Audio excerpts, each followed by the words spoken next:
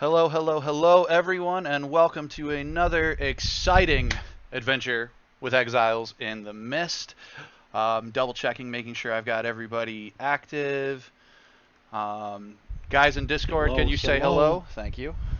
Hey. Hello. So that was Druzzl, Eclipse, Zed. You got one for us over there, Abel? I've How's only it got going? I've only got you, Fizzy, How do you only have me? You on should the have stream. you should have them now. That's weird. All right. I even see it picking up in OBS when you guys talk. Strange. I heard it But it's that not time. going through. You heard him say strange? I heard me say huh and Sazid say strange, yeah. Okay, so it is working. There's just maybe a delay or something. I might have everyone's volume needing adjustment now that I've changed everything. We're going to do one more quick test before I finish that intro. Starting with Heathcliff. Say hi. Hello. You heard you? Oh, I already muted it. Oh, see? Strange. Way to But yes, go. I heard Way myself. to go, man in the chair. Sazid, say hi. Hello. Eclipse. Heyo. Abel Gherkin. How's it going, everybody? Everything Yep, we're groovy good. over there? Cool. All right. How's it going, everybody? Welcome to another exciting adventure. I think I've already said that part. Before we get started, I want to drop a big old bomb on my audience. One of our players, I mentioned it all the way back at first session, has been having some health issues. It is what it is. Life is what it is. But if you want to check out my Petri dish at any point during the stream or my Twitter, it's right at the top. We have set up a GoFundMe page because he is very soon, hopefully, but is on the list to get kidney replacement. So if you want to go check out that GoFundMe, it's a father, he's got a family, could absolutely use the help in getting everything taken care of. We know, welcome to the United States, medical system, it's a lot more expensive than it should be, and just life in general ends up being very expensive, especially when you have to deal with medical things. So if you're looking for a good deed to do, please feel free to go check that out. Otherwise, as always, if you like what you see, click that follow button, and we're going to jump right in. For my players, when last we left off, I lost one of my clouds. Where did my other cloud go? My stream is missing a cloud. There it is. Weird. Okay. Picking up where we left off. Our players fought Dranzorg, the Dark Warlord, the one who had trapped people in the walls of the castle. He had been storming around looking for Mara, the woman warrior who had defeated him, the Crimson Knight who had not only defeated him, but also stuffed him somewhere in the walls of this haunted building. This is the second time they're about to have to fight him, because you see, as they defeated him, they learned very quickly it is not just ghosts they're up against, but perhaps the house itself. You can't just defeat an enemy in here, because the house wants to fight back, and so it will resurrect these enemies that they face, and that's what it did. As they healed and prepared to make their way up the stairs to face a creature known as the Leaper, they found themselves once again squared off with Dranzorg and two boneless skin sacks trying to destroy them. Now, this was all, getting here was all after a whole host of other things they encountered in the haunted house. You know, a table filled with diners under bed sheets, and a magic harp that everybody's scared of, and just a terrifying house. This is what we do. So picking up, like I said, right where we left off, I'm going to need all of my players to roll me an initiative check.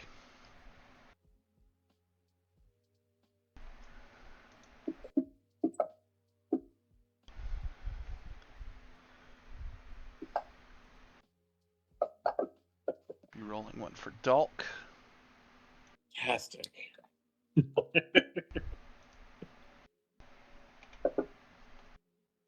And for the boneless,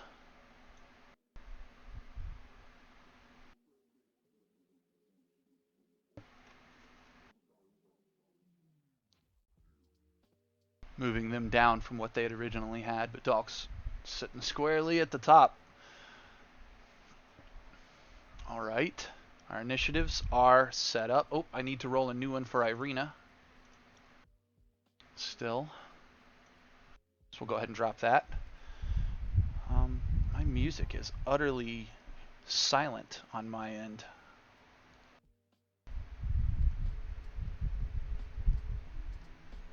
Kick that up to there. Maybe you guys can hear it a little better. But, all right. So starting at the top of initiative, we have the monstrous warlord Dalk, who just, you heard him groaning at the end of last session, but now he just, so you think it was that easy to overcome me? You denied me when I told you to call my name, and you chose to speak with the Crimson Harlot. You chose to save the children of the Dark Mother, and still denied me when I gave you a solution to your problems. You made your way here and tried to face me. I guess I'll have to lay vengeance upon you all. The simple choice that was given, misguided knights, was to join Lady Silvra and be entombed within these walls, or forsake her, bear witness to her execution, and walk free to tell of my justice. My mercy knew a moment, but it doesn't anymore. And he begins to stalk his way.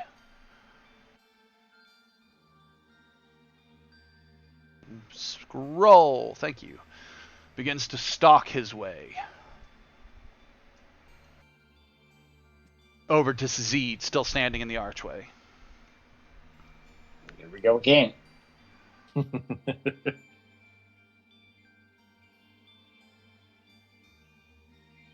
He swings a fist at you in an attempt to punch for a 20 to hit. That's it.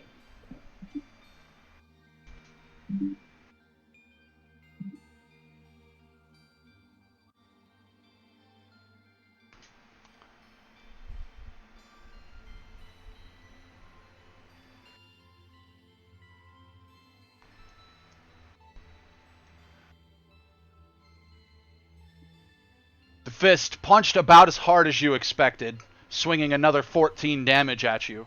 This guy's been hitting hard the whole time, but in his anger, you see his eyes blaze red, and you feel an extra force come driving through the punch as you take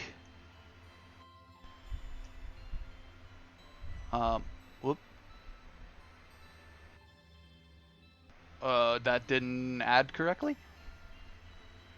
Oh, it adds it as an effect before the punch. Well, okay. We're going to... Now I know this.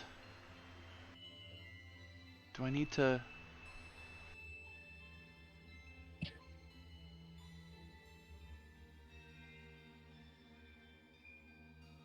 Just, I'm going to roll something really quick. Don't panic. Yeah, weird. You have to put it on Dalk. Yeah, I don't know why it put it on the way it did and didn't auto-trigger. I just tried to grab the dice and drop it, but apparently I have to put it on Dalk pre-swing. Yes, So... it's the same as our, like, sneak attack. Yeah, it's weird. The way it's worded in here, it shouldn't be that.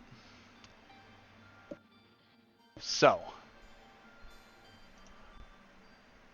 we're going to unroll that original damage on you and remove that effect. As soon as I figure out how to affect your effects. There we go.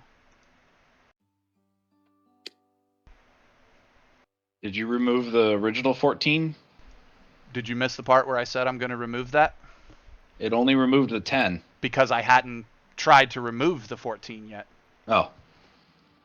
You worry about what's on that side of the screen. I'll worry about what's on this side of the screen. It is on this side of the screen. Whether or not something needs to be removed has to deal with me as the GM. Nothing to do with you players. Neeny boo boo. Also, because you didn't take the damage. I'm perfectly okay with it being less than it was. It's going to be more. That's not good. So, to Dulk, added. Now let's try dropping that damage on you and see what happens. There you go. 23 points of damage as this guy just swings his fist into your face.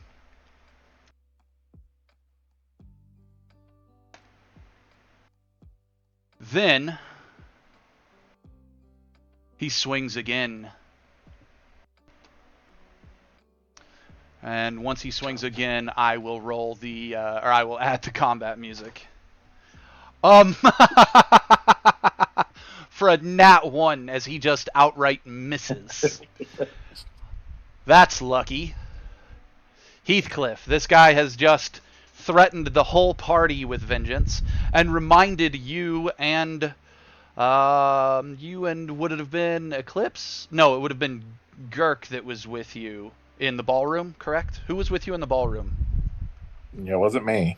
So it was Gurk. Yeah, I think it was Gurk. In the ballroom, he asked you to choose between him and Mara, and you guys chose him and now have stood against him. And he just took a big thwack at Sazid. Well, since he and Sazid are completely blocking everything else, I can't do that just yet. I am going to shoot my psychic blades at him. Okay, remember to add a -2 to your to hit roll, adjusting for the partial cover. Yep.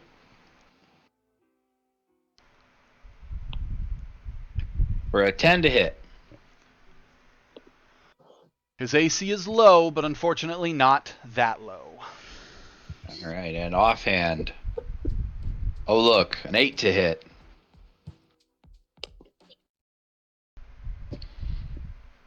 That's it. Okay. Sazid, sir, it's your turn. If you want your allies to be able to fight him, you're going to have to get out of the hole. Which, yes, will provoke an attack of opportunity. Unless I go in. There is no way to go in right there for you.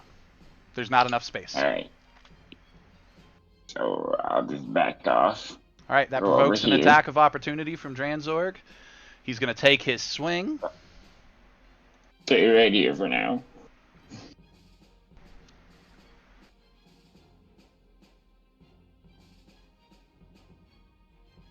He misses. That's good. So like I said, I'll move over here. I probably can't shoot him with my bow from here, can I? Yeah, you have line of sight from there, but I am going to apply the -2 to hit because of partial cover. So bottom Alright. left corner, the modifiers, click the -2 before you roll. So I'll go ahead and go to take a shot with my bow. Nat 20. Nat 20. Okay, so we figured out last time, or I figured out after last time what the issue was with crits. If you want to roll critical damage, you're going to want to hold the shift key when you drop your dice on him. You got it. Not control. Not control or alt. I also figured out why it's not auto-populating, and it's because we're not targeting them when we do the attack rolls, because of I want to be able to declare hit or miss. So it's never going to auto-proc it. Jeez. So I hold shift when I roll the damage on him? Yep.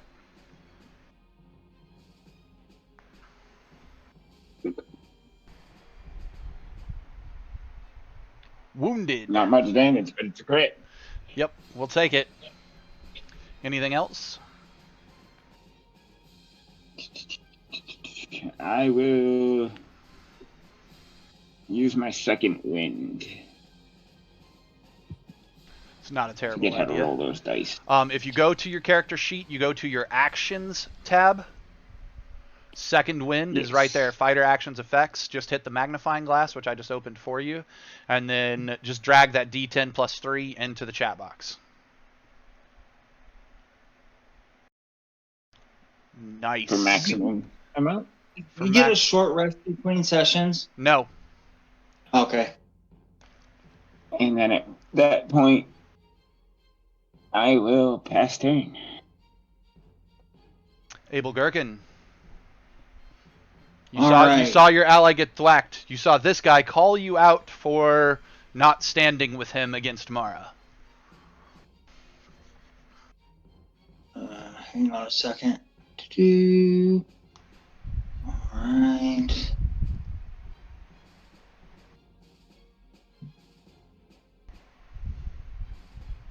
I'm gonna stand up and go thwack him. Just remember, if you block the hole, your allies will not be able to get to him either. It'll be just you versus him while they're trying to shoot around you. That's a good point. All right, I'll do a ranged attack.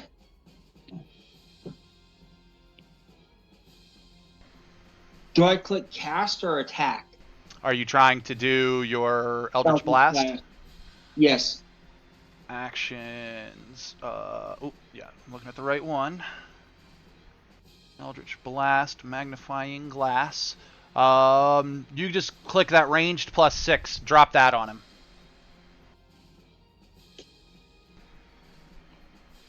On him or just in general? On him. Well, just in general, because I can declare the attack roll for you, so.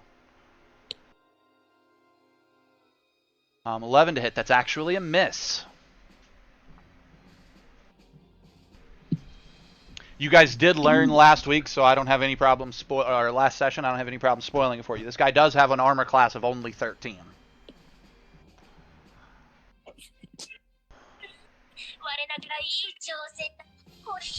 Somebody's speaking in Japanese over there.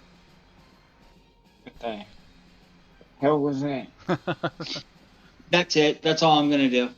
Okay. I will pass turn for you, bringing us to Thank a you. very slinky boneless. The very slinky boneless is actually going to move right here and just continue to be slinky and slurpy and squelchy as it just kind of writhes back and forth. Same with this other one. They're blocking the entrance even more now. Irina is going to knock her bow, I guess, and fire a shot off at Dalk.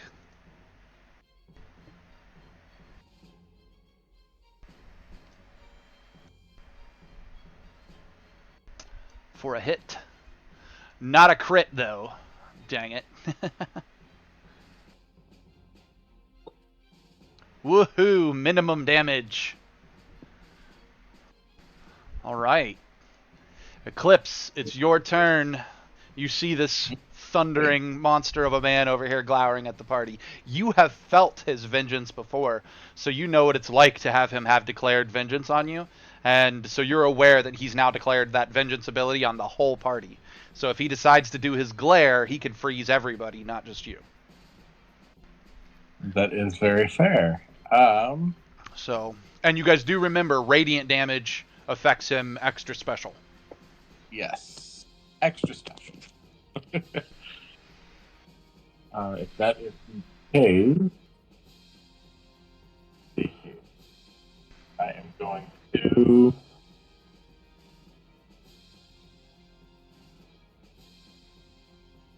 see. Outside of me, who has the lowest AC? I probably have lower. I was about to say, I believe it's Sazid. Perfect, and you're standing right next to me. And Sazid's is lower than yours. Oh, well, that makes me feel special. If that is the case,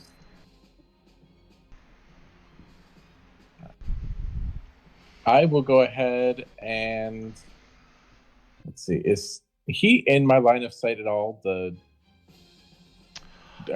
Currently, no. And then there's You no could other. probably see this guy. Yeah, you can see the boneless that's in the very south.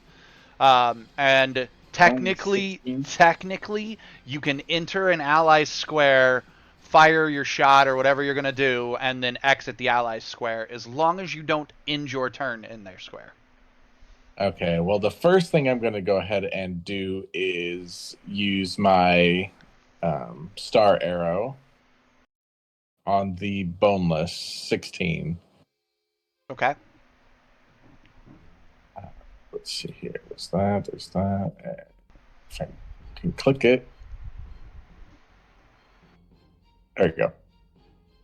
And then, do I need to do disadvantage on this or -2? Yes. Okay. -2, not the disadvantage. Unless you decide to step forward into Heathcliff Square before you fire your shot. No, I think I'm good back here.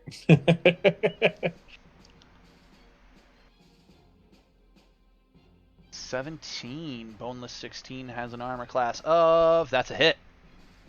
All right. And have some radiant damage, my friend. Nice. Good hit.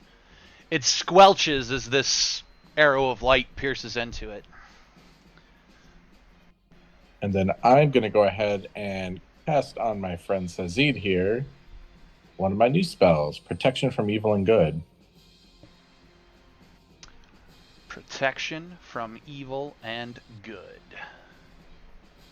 Yes, it not only do things that are aberrations, celestials, elementals, fae, fiends, and undead have disadvantage on attack rolls against the target I cast this on, but the target also cannot be charmed, frightened, or possessed by them.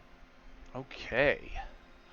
And if the target is already charmed, frightened, or possessed by such a creature, the target has advantage on any saving throw against the effects. Nice. All right. Do me a favor and target Sazid, which is control. Select him. Control. Okay.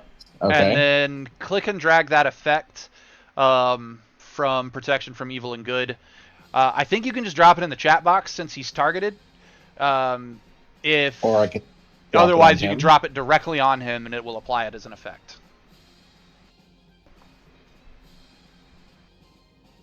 Like that? Yep. And then Right. don't forget to untarget him. And then just control click anywhere else? With just control clicking him, auto untargets him. Which it doesn't look like he's targeted by you currently anyways. He somehow managed to target himself. Huh. I didn't. Well, he's not targeted currently. He doesn't have himself targeted. No, but he did. Oh, okay. Which tells me that I- Eclipse had clicked on him at some point, making him the quote-unquote primary of what I'm doing. Interesting. Okay. Well, either way, it's set up like it's supposed to be, so you're good. That was your action and your bonus action. Are you going to do anything else? I think I'm good right here. Okay. Going to go ahead and do this, and that. All right. That brings us back to Dalk's turn. At the beginning of Dalk's turn, you watch the wound where the arrows had pierced him just seal up and push the arrows out. Ka-tink, ka-tink, they hit the floor. As he recovers all the damage he took that turn. He glares at Abel Gherkin directly in front of him because that's the one closest to him. Abel Gherkin, under his vengeful glare, I need you to make a wisdom saving throw.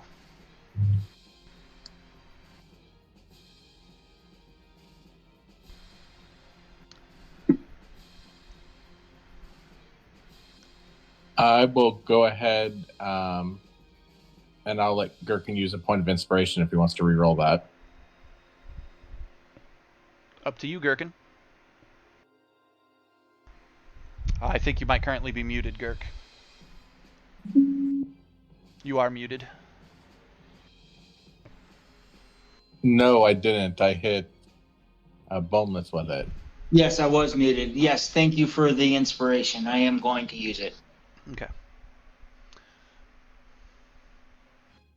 I shouldn't have. Unfortunate. Anybody else want to give him a chance to reroll? If I had one, I would. Sure, you can use mine. Thank you, guys.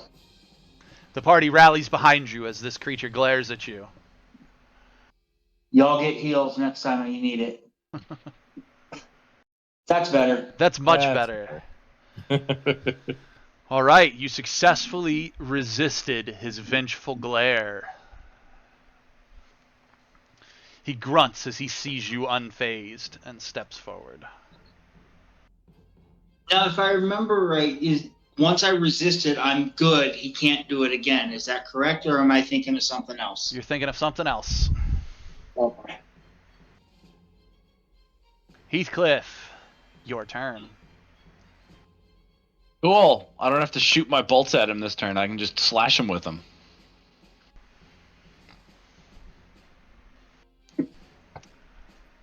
For a 23 to hit.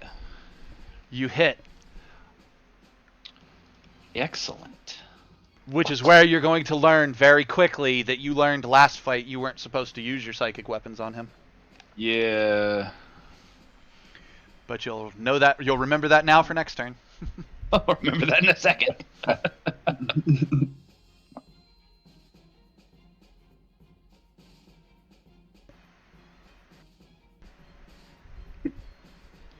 $16 damage, which he partially resists. All right. I'll draw the skeleton sword with my offhand.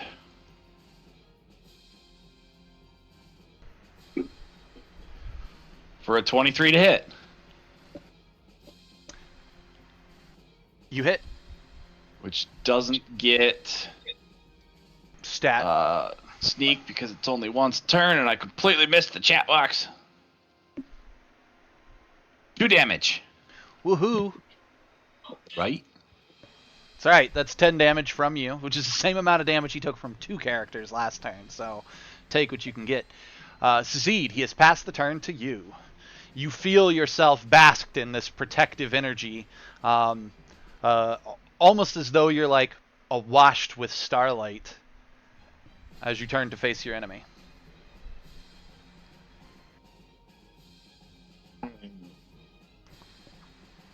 Let's see. Thank you, Eclipse. Mhm. And then, let's see. Can I move down to this square below Abel? No, we decided last session that there wasn't enough room on that bottom wall squares. Okay. A small player could get there, but I don't think any of our characters are small. And to move into his square and then move back out would be an attack of opportunity. Yep. But you So I can guess I'll move take into this. like my square, attack them, and back out. And that's what he was saying, and he would get an attack of opportunity against him if he did that. Fair. Okay. But To be fair, you're under protection, which means that he would have disadvantage to hit you. So With that. I'll dash my bow while I move up here, draw my rapier, and go to stab him with my rapier. So I don't get advantage from that, do I? Nope. To get advantage, you have to be on opposite sides of the target. I was talking about from the thing Eclipse did to me. Oh, no. That just gives those creatures undead or disadvantage to hit you. Oh no. That's okay, re-roll it, because you didn't roll it correctly anyways. You didn't roll the attack dice, you just rolled a d20. Oh, good. My So failure remember to drag it from your character sheet. paid off.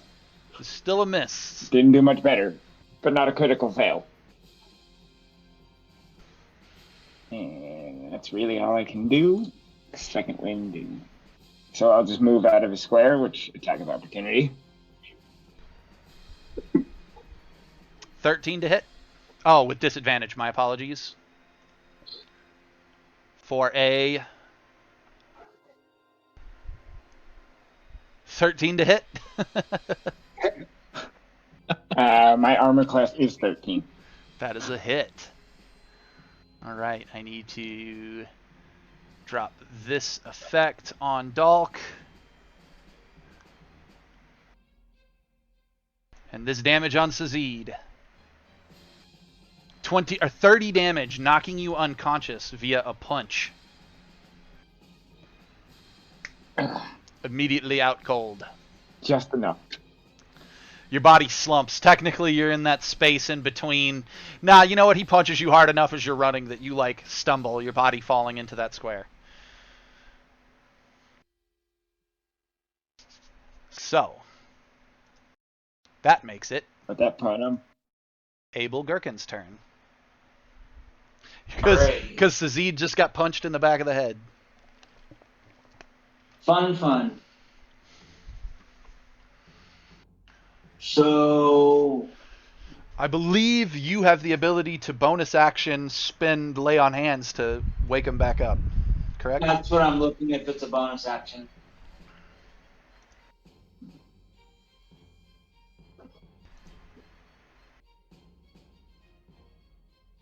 It doesn't say. As an action, you touch and draw power. I'll wait then, because I'm going to swamp this guy fairly hard. Or at least attempt to. But, so, my plan is I'm going to use Booming Blade, Dueling that gives me the +2, and Divine Smite all at the same time. Okay. What's the order that I need to roll all that stuff in? You just need to make your attack roll. Okay.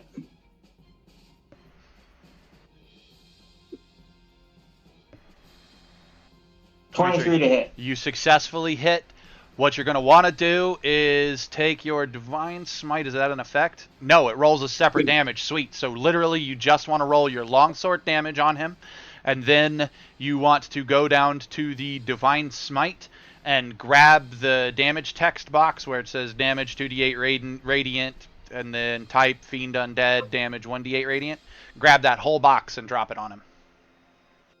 Okay, but I need to do Booming Blade first. It's auto there. Because remember, a Booming Blade, you don't do any bonus damage. No, but if he moves... If he moves, it's relevant. Till then, it's not relevant. Alright, I thought I just put the... No, if you click and drag it over, it'll auto deal an extra 1d8 damage, which we don't want it to do. Alright, so damage from the longsword. Does this already have the +2 built into it? Yes, we did that. Yes, but it doesn't have the Hex Warrior. No. You're talking about the dueling. You do want to activate Fighting Style Dueling, so click and drag Fighting Style Dueling. I'll put it on you, because I can do it from right here. So, there. Your Fighting Style is activated. Now I roll the damage. Yep, of your sword. For 9 damage. Plus the Divine Smite. Yep.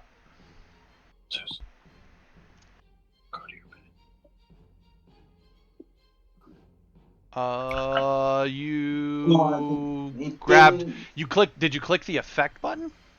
No, you said to drag the box. I thought last time that's what we had to do. Oh, yeah, I see what he's talking about, Keith. It's not there. Okay, do me a favor, roll 3d8, and I'll just add it. Last time around, I thought we had to click and drag that box onto the enemy and attack. No, let me finish what I'm saying.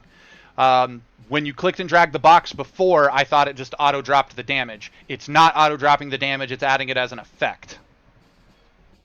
Right. So you will want to next time you Divine Smite, you will want to add that before you roll the damage. I actually had that wrong. That's my mistake. So for right now, just roll me 3d8. We're relearning a lot today. We are. We had to do so much mechanics before the start of the game that I kind of lost track of everything. So that's 12 more damage. That is radiant. So that's... So what is that? 21 damage? 21 damage he has taken this turn, yes. Or 21 damage he has taken currently, yes. Okay, and now Should I put the effect of Booming Blade on him? Because I'm going to move out of the way, so he's forced to move. He's not going to be forced to move unless he decides to follow Well, you. if he wants to hit us, anyway. He And can still hit me. and dropping that effect will have 0 effect on if I move the token, which is why I'm saying don't worry about it. Just if we move him, remind me that we have to trigger that D8 damage. All Which right. is why Booming Blade is set up kind of weird. Okay. Then that is my turn.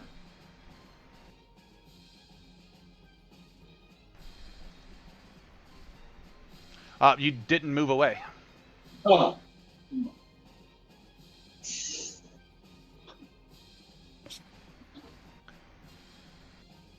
Which he's already used his attack of opportunity. Oh, that's right. He did.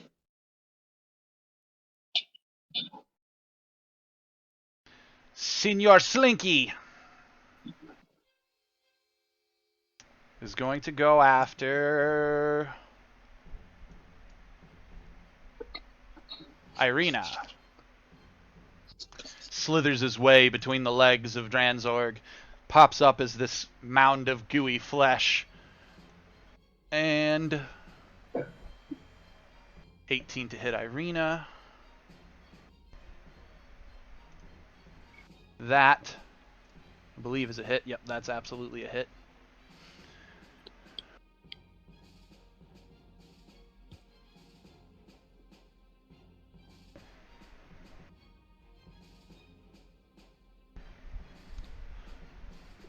Again. That is a hit. And Irina becomes engulfed by the creature. It is now choking off her airways. Boneless. This Boneless comes in. Slithering along the wall. Provoking an attack of opportunity from Heathcliff.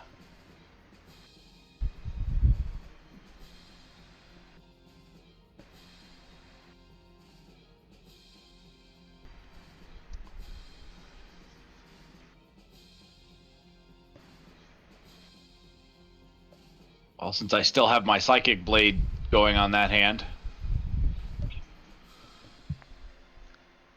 8 to hit. That is a miss. Alright. Abel Gherkin.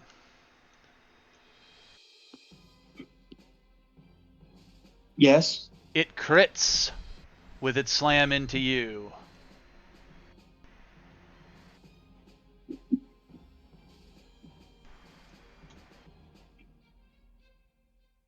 For 10 points of damage.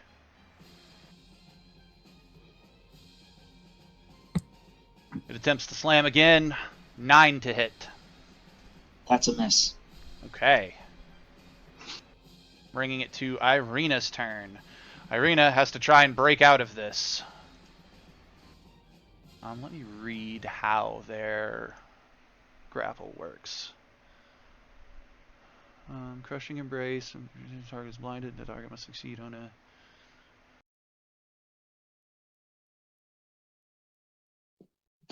So I can just do a strength check to try to break free.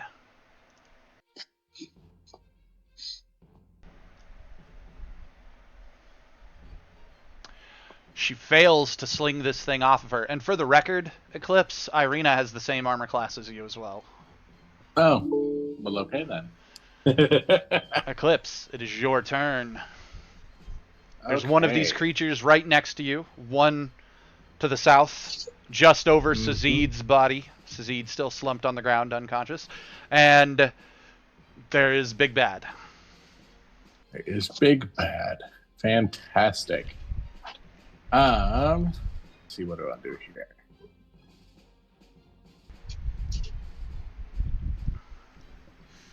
Now, if someone's unconscious due to HP, I use a healing ability on them that gets them out of unconscious. Yes, if they come to 1 hit point, they automatically wake up. Okay. So the question is, what do I want to do? I guess I will start by... This is this restore.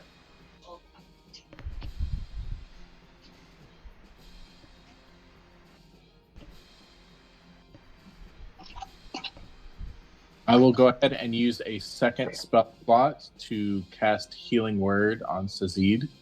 Okay, that is a bonus action. Oh, is it a bonus action? Yep, Well, why? because Healing Word is a bonus action.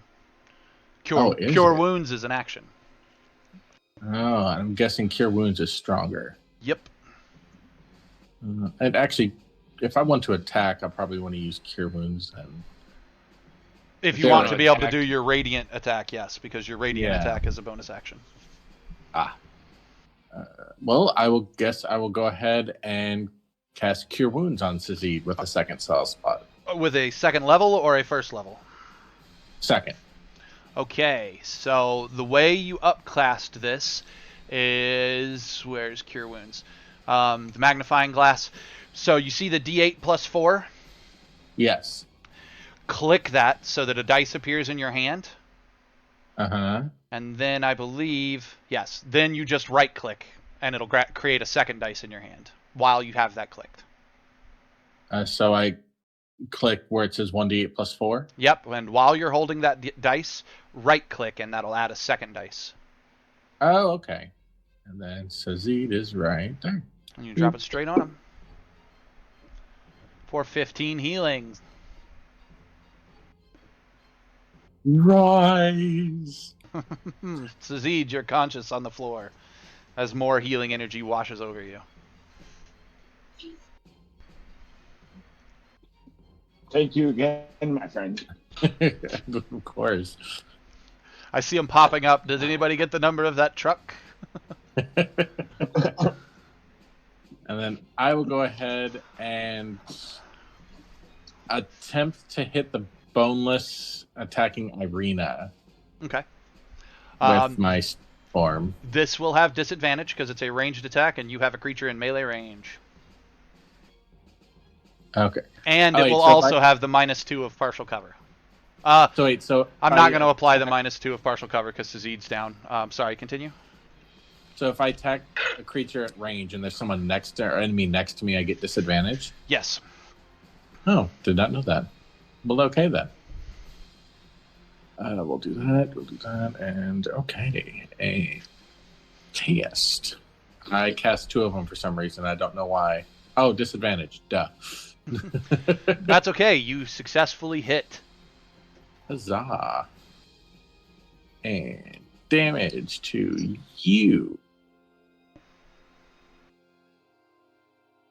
Good hit.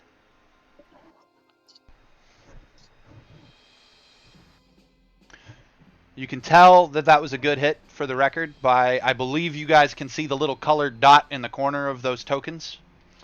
The little colored dot for him just turned orange. As opposed to one right next yellow. to you, which is yellow. All right. And I think after that, I will end my turn. Okay.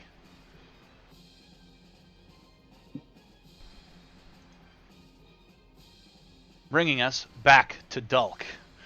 Frustrated at the fact that he could not freeze Abel, he lets out sort of a growl, followed by an immediate chuckle. You all fight harder this time, but it changes nothing. Those that stand with Mara shall perish here. And he turns his gaze on Heathcliff. Heathcliff, I need a saving throw. I believe it is a wisdom saving throw. Yep.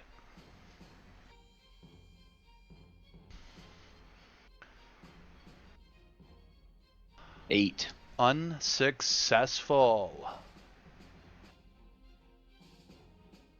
Let me just use that. Oh, yeah, I already did. Yep. Unfortunately. All right. Because of this, sir, you are currently... Where's it at? Oh, I can't drag the effect from there. Okay. What about from here? I can drag it from here. Paralyzed. Oh. Awesome. Yep. Let me see. Until the end of Dalk's next turn. That's on a failure.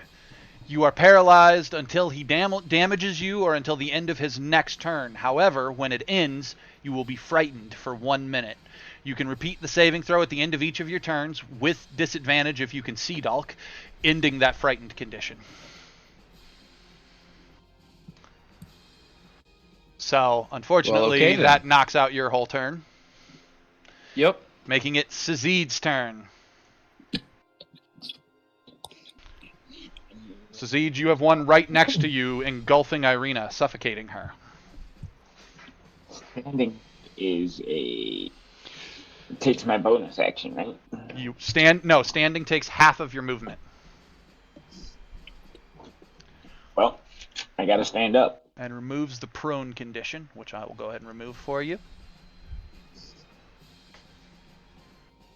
And attempt to stab at the one engulfing Irina with my rapier. You could also just make a... I don't know what your strength is, but you can also just make a strength check to try to rip it off of Irina. And we'll do that instead. Strength check. For an 8. Unfortunate. You guys are rolling a lot of 8s tonight. Everything's below 10. I think this is making up for last session and all of the nat 20s you guys rolled. Unfortunately, you are unable to rip the creature off of her. So you still have a bonus action and the other half of your move action. What would you like to do? Is there anything I can do with my bonus action? And not to tell you what your character can do, but don't forget you can reduce damage dealt by psychic points being spent. Yeah, I know, but I we mean, like never last set up turn the when you dice knocked to roll. yourself unconscious. No, but it's just a Yeah. D6 plus your intelligence modifier.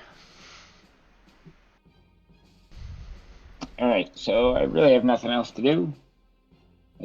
Bonus would get an attack of opportunity if I moved away, right? That's the theory.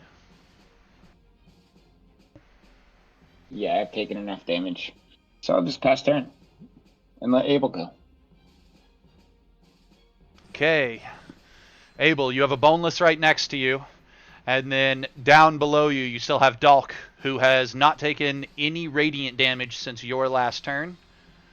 And I can't do any more radiant damage. I have no more spell slots. Ah.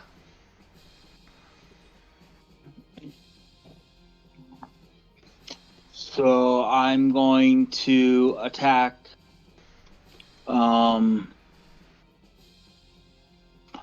with an Eldritch Blast. Okay, that's a ranged attack. It'll be at disadvantage from here. Because you have an ally or an enemy next to you.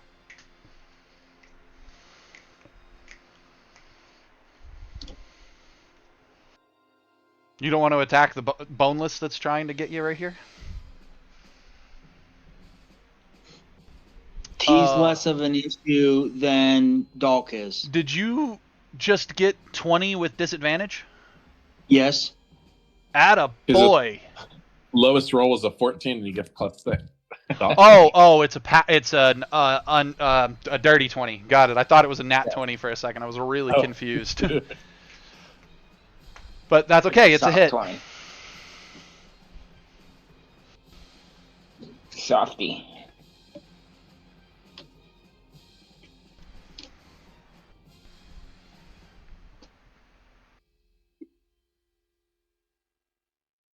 For 7 damage. 7 damage is 7 damage. All right. Is that it for your turn? Yes. Slinky's turn. Slinky is still engulfing Irina. Self by spending.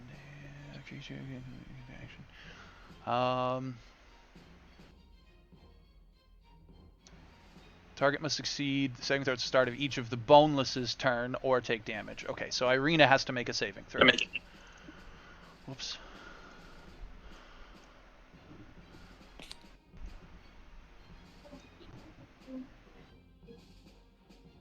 For which Irina failed. taking 7 points of damage by the creature's crushing embrace.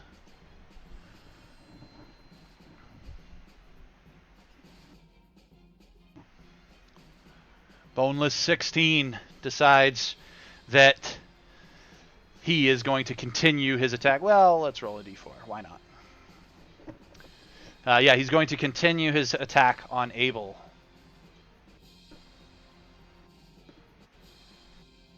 $16 to hit. That's a hit.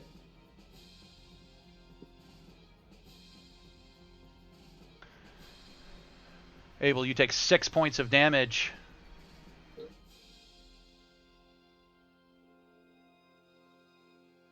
And a 12 to hit. That's a miss. Okay, so you're not engulfed. Irina is beginning to suffocate.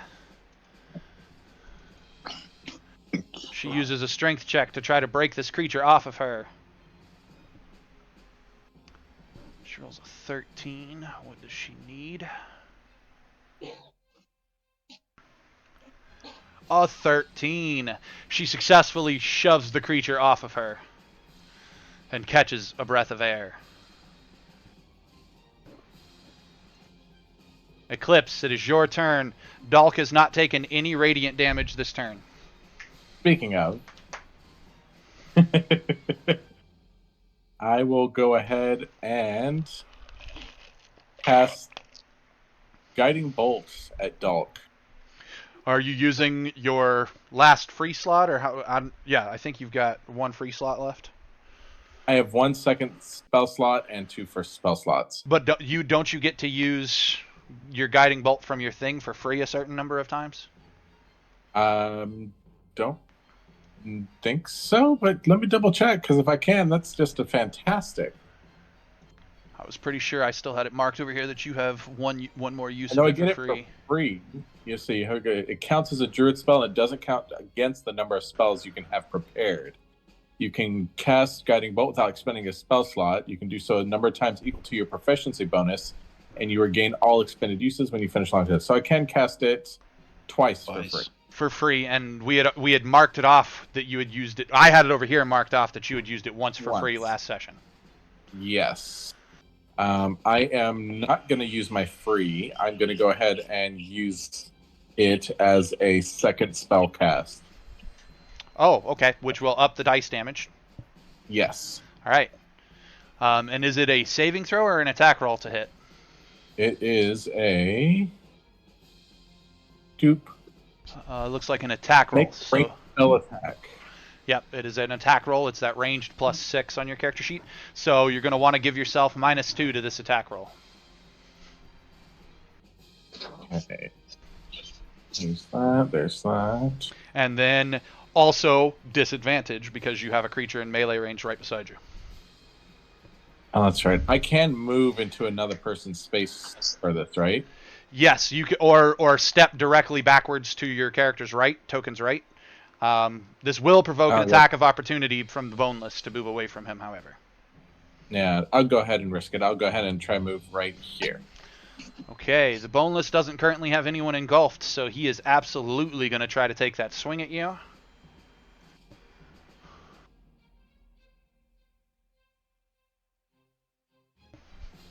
For a... Why didn't it pop up? I think it was a 13. A 13 to hit? Yeah, he hit. With a 13? I thought your My armor AC class was 15. It's 12. It's 12. My bad. I thought you had 15. So, Well, I'm proficient in my armor class, apparently. yep, that's it. Oh, it's because you, what armor are you wearing? Oh, leather armor. And you get a +1 because your dex mod is so low. Unfortunate. Yep. Okay, well, this is the first damage you've taken in these combats. 7. And you succeeded on your concentration check to maintain your spell that you have on Sazid. Sweet. So, cool. But yes, back to Guiding Bolt. Now it's just a -2. Yeah, now it's just a -2. Okay. Where are you, Guiding Bolt? Guiding Bolt. There you are. And cast Good roll. And then Almost an 8. I hold, and then what do I hit again to add a die? So Right. while left clicking to hold the die, you right click to add a die. Okay. Hey, dog, here's some radiant damage.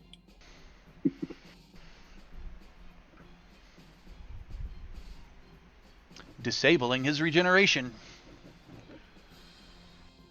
Solid hit for 17, and he has, actually that was kind of low. Not bad, I guess. But he also has disadvantage, or I'm sorry, the next person that attacks him has advantage on their attack roll against him. I know. Is there anything else you would like to do this turn? I'm going to cast my Star Arrow against him as my bonus action. Okay, same -2. Oh, I'll We for this have one. advantage. And it has advantage. Okay, advantage -2, and cast. Same to hit. And...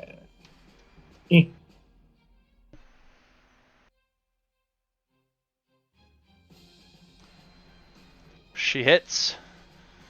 He has taken currently 52 health worth of damage. Is there anything else you would like to do? Nope, I believe that's everything. Okay. I've probably taken about the same. Dranzorg's turn. Dranzorg looks down at the light as it sort of fades off of him, the radiant damage, and just, "Ah, you again!" Give me a wisdom saving throw. Okay. This seems a bit familiar to me. And wisdom saving throw. There you are. You passed. I would hope so.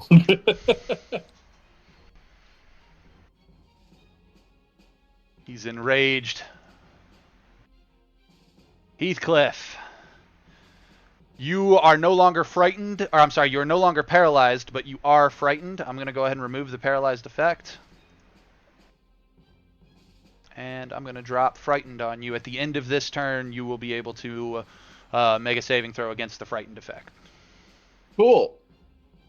So, where is the thing? Oh, I know what I got to do. I got to go back to his turn so that I can grab him. Frightened effect, click and drag. Thank you. There we go.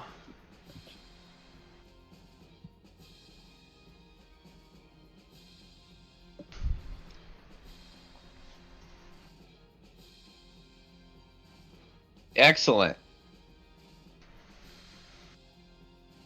Well, I am going to attack the very slinky boneless with my psychic blade Okay. and miss. Nice. A 10 to hit. That is a miss. Out of curiosity, it triggered the disadvantage because you're frightened, right? Yep. I don't know if it triggered it. I guess I could try. No. I Well, was manually triggering it. oh, well, that's what I'm Because double I knew checking. frightened was disadvantaged. Is it disadvantage against all targets or just against the thing that's frightening you? It is disadvantage on ability checks and attack rolls while the source of its fear is within line of sight. Okay. So yes, disadvantage applies. So let me roll against on Dalk because I'm going to attack him with my offhand short sword. Okay. And not click that disadvantage button and see if it rolls it correctly. It It does. did. Cool. For Solid. a 21 to hit. You hit. I like those 2 15s. We'll take it. 2 15s is a good sign. Yep. Unfortunately, he only takes 6 damage. That's still 6 damage he hadn't taken before. Yeah, but if I'd hit the other one, it would have done a whole lot more damage. Also fair. All right. I need a... are you going to do anything else for your turn? Yeah. No. Okay, so at the end of your turn, you can make a wisdom saving throw to break the frightened condition. Nat 20. You are not Hey. frightened. I really hate to tell you this. I need you to re-roll that. I got to do it at disadvantage. Yep, the target creature can repeat the saving throw at the end of their turns with disadvantage if they can see Dalk. I forgot about that part. Nice. Aw. Exact opposite. That is very unfortunate. It's fine. I don't need to hit anything anyway. That's true. It's cool. Sazid, your turn. From critical win to a critical fail. Alrighty. That's heartbreaking. That's exactly what you don't That's want the to word. happen. That's the word for it. Can I do anything to help him get out of frightened? Minor or lesser restoration. Yeah, lesser restoration, Also- something that ends the charmed condition.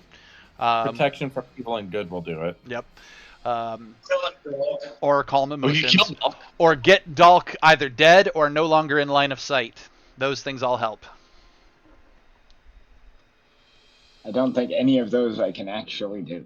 Then, from a very out of game, trying to be a friendly DM perspective, my advice to you is get rid of that boneless.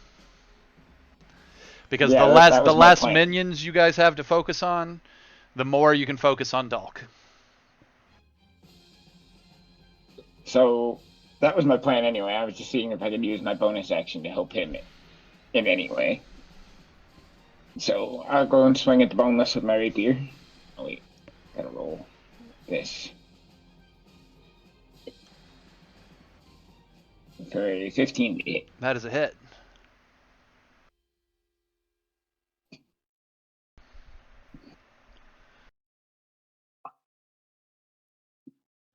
For 6 damage. 6 damage. I didn't roll it on him. That's fine. I can apply it. Do you want to boost it with psychic damage? Yeah, let's do that. Okay. No. You want me to just roll a d6 with a little +2 because my intelligence modifier is only +2. Sure.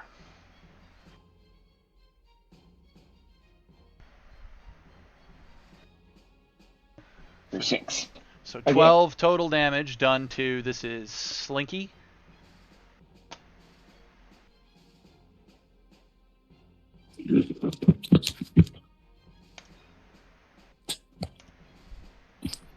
Dead.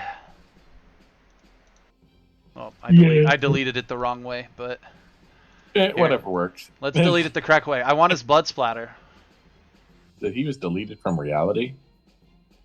Oh, the blood splatter's just not going to appear, huh? Okay, fine. Sass me, why don't you? All right, Sazid. Doing anything else with your turn? With that, I'll move into the space he was in a hope to push him back. Even though I can't attack anymore. Okay. Wait, is my touch of death a bonus action or is that an action? It's anytime you deal a melee attack with your hands. Like you touch your target. Death touch. You can focus your deathly touch against your foe as an action. Oh, and an unarmed strike. Oh. Oh, I could do an unarmed strike right now because I'm only wielding my rapier with one hand, can't I? Nope. Because your unarmed strike does not count as an offhand weapon. Not even with my. Oh wait, I have my claws for Aarakocra. Now that you can do as an unarmed as a weapon. And let me read how your death touch triggers before I give you wrong information. How about that? Your touch is pain, harming whoever you come in contact with. The deadly power within you is beyond your control, afflicting any who touch your bare skin. Same token, you can deliver death to your enemies with your touch. Deathly touch. You could focus your deadly touch against your foes. As an action, make one unarmed strike. So that requires a full action. It can't be done as a bonus action unarmed strike. Which means that technically my protection from evil and good requires me to touch someone. You were standing right next to him when you cast it. Well, it says, well, that's what I'm saying. Oh, it's a touch spell. Technically, you could have touched his clothing. Okay. So, in the future, if you touch his flesh, I will backtrack this, but... Got it. Yeah, So, yeah. So you cannot apply your deadly touch on purpose unless you spend it as an action.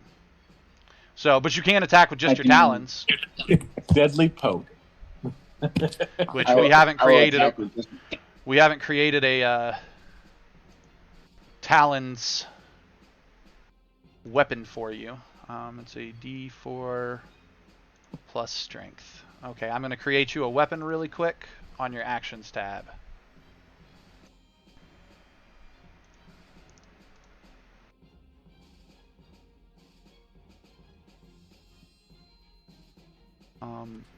Or not. Why isn't it giving me the ability? Edit list. There we go. Talons.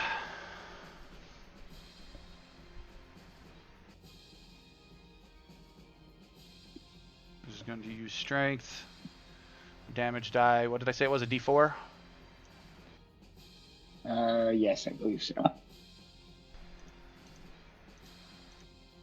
D4 slashing damage. There we go. Slash. Alright. You now have that on your character sheet.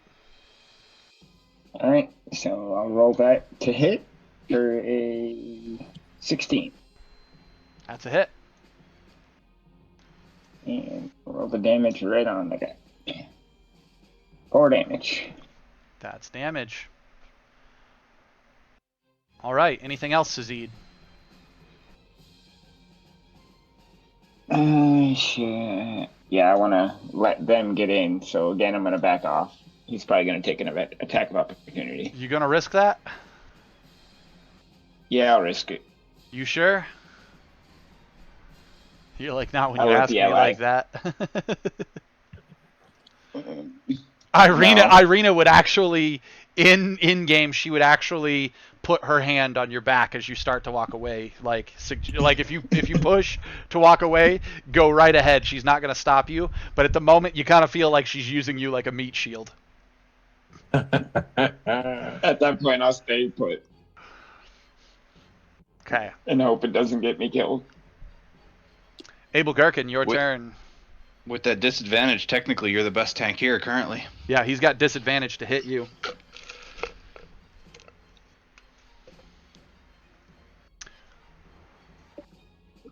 I am going to do another Eldritch Blast at Dolk. Okay. -2 and disadvantage. Why disadvantage? Because you have person in melee range standing right next to you. Oh.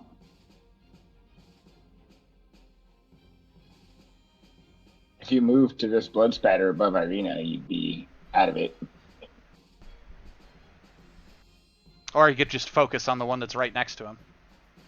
True. He would do more damage that way anyways.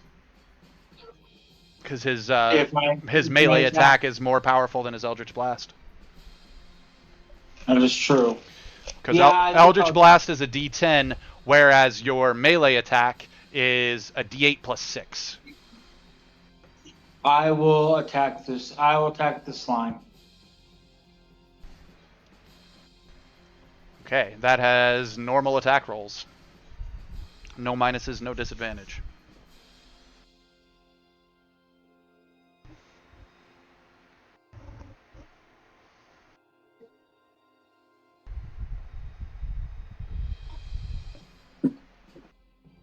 Oh no.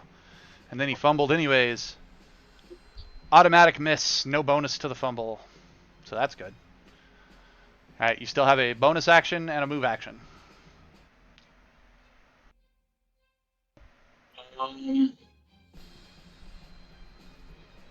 I think I'm good.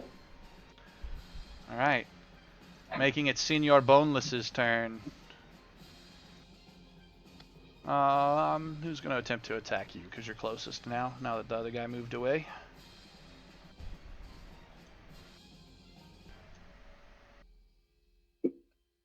For an 8 to hit, which I'm going to go ahead and guess is a miss.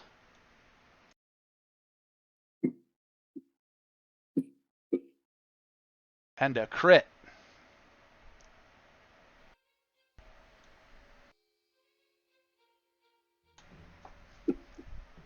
For 8 points of damage.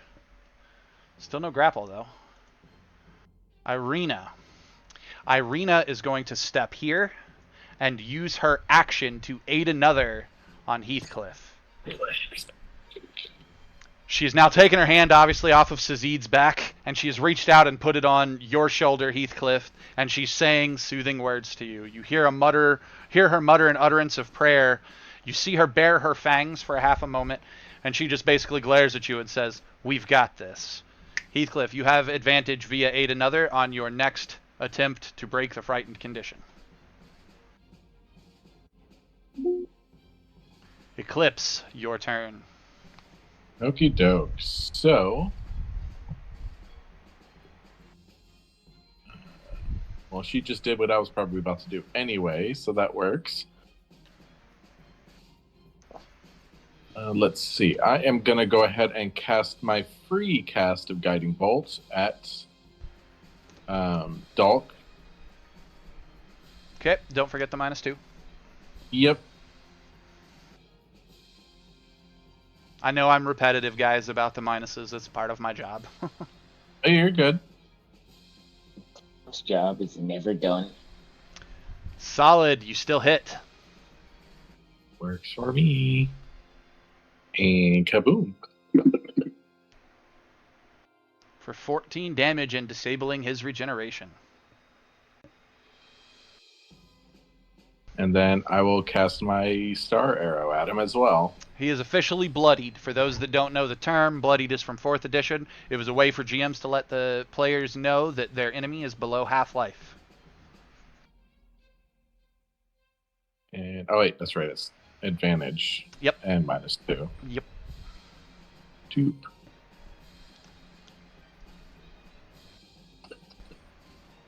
For a crit. Just a straight crit. Okay, so how do I roll with the keyboard? It was shift? Hold shift while you're dropping the damage dice on him. Okay.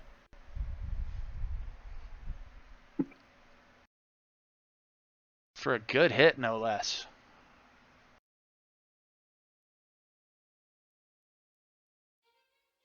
You guys are tearing him up now. Alright, Eclipse, anything else? Nope, that's going to be it for me. Alright. Dranzorg's turn. He doesn't regenerate. At this point, he is very, very tired of trying to scare people and it not working.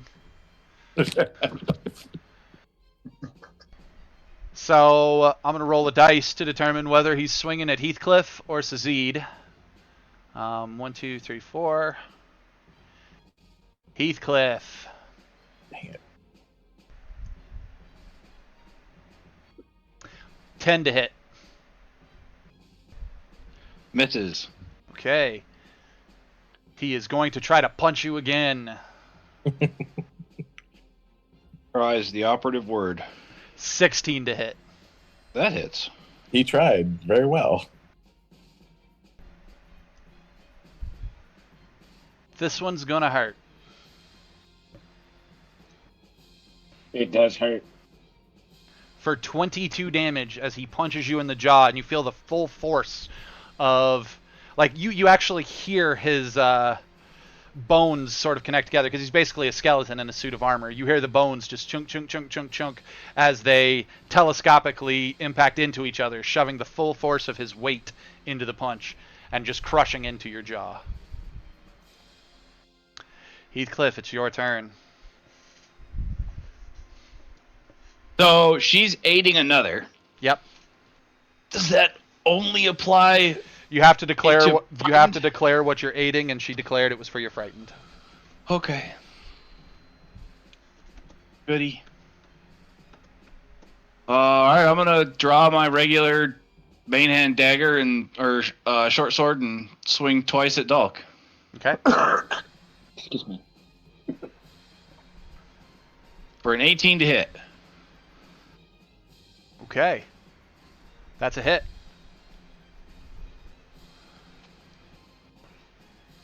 This should hurt pretty well too.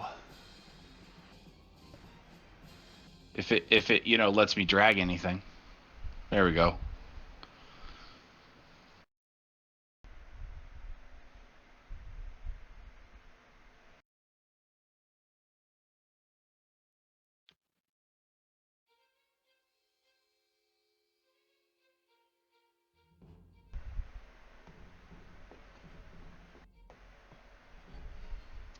The dice just froze there for a minute. Yep. Yep, did that on my side too. 14 damage is a good hit. Your blade slices through his armor into what should be his chest. And then offhand. Oh, dropped 18 to hit. Dropped a potential crit, but you got 18 to hit. That counts. For another 4. All right. You gonna do anything else with your turn? So because I have advantage, it's just a straight roll. Yep. You have advantage and disadvantage, making it a straight roll. I love the fact that if you miss clicking on your wisdom saving throw and you click where it says whiz, it moves your character sheet instead of grabbing the dice. Still 9. Still frightened. Awesome. Sazid. End of turn. Sazid, it is your turn. Dranzorg is looking worse for wear. He's sort of stumbling back and forth like a drunken boxer. Still on his feet, though. Shouldn't Heathcliff have rolled that with advantage because of Irina's? He did. Another? He did. He also rolled it with disadvantage because he's frightened. Oh. Alright. I didn't see the dice roll. So. All that's really important to do is kill him off, so. Again, I'll just stab at him with my rapier. For I'm guessing 18 hits. That is, yes, that hits. Oh, I should have done it with my talons, so I could have used my touch of death. Unfortunate. Oh well. I mean, you could choose not to take that 18 and roll, since we haven't added damage, and just roll again with your talons. That's what I shall do. Okay. And miss. Oh. That's the risk, unfortunately, when you gamble. Anything else? Nope. I'll just pass turn. Abel Gherkin, it is your turn.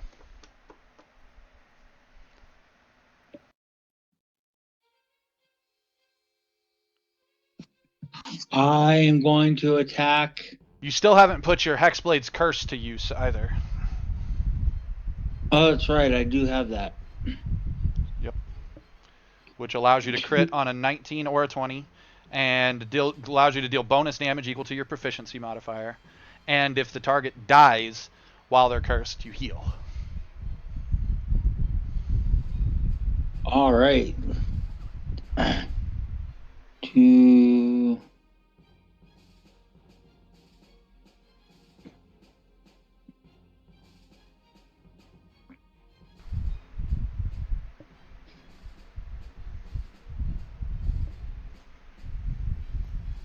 So, do I have to hit the effect first? For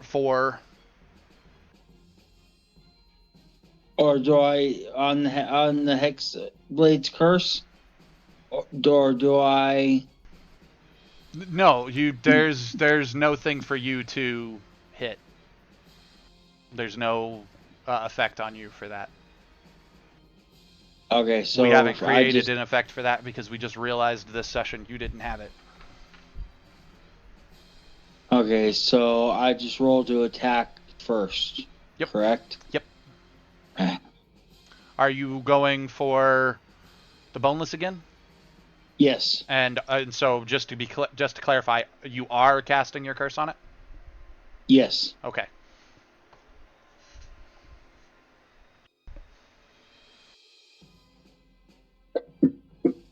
For a crit, I feel like the crit table just isn't populating because it just keeps saying critical hit and there's no bonuses. But that's okay. That's okay. Well, I noticed that I got the crit on my arrow. It looks like a random D6 got rolled. Yeah, that's the crit chart, but nothing's popping. It's just so some of them on the chart will pop up as just a flat. This was a critical hit. Other things on the chart will pop up. This is a critical hit, but you also pierced their shoulder, knocking their shoulder out of socket, and so they have disadvantage on their next attack rolls and stuff like that.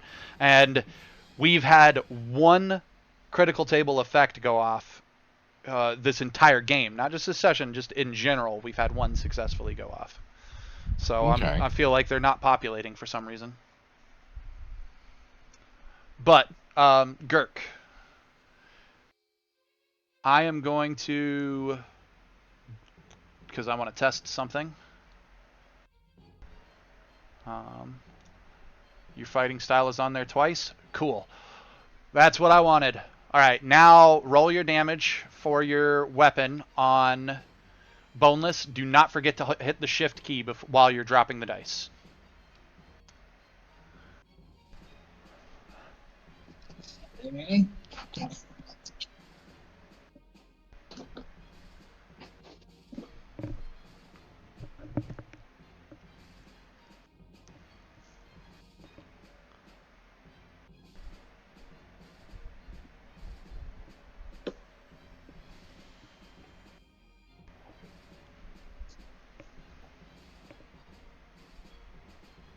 Cool, and it did do the damage, right?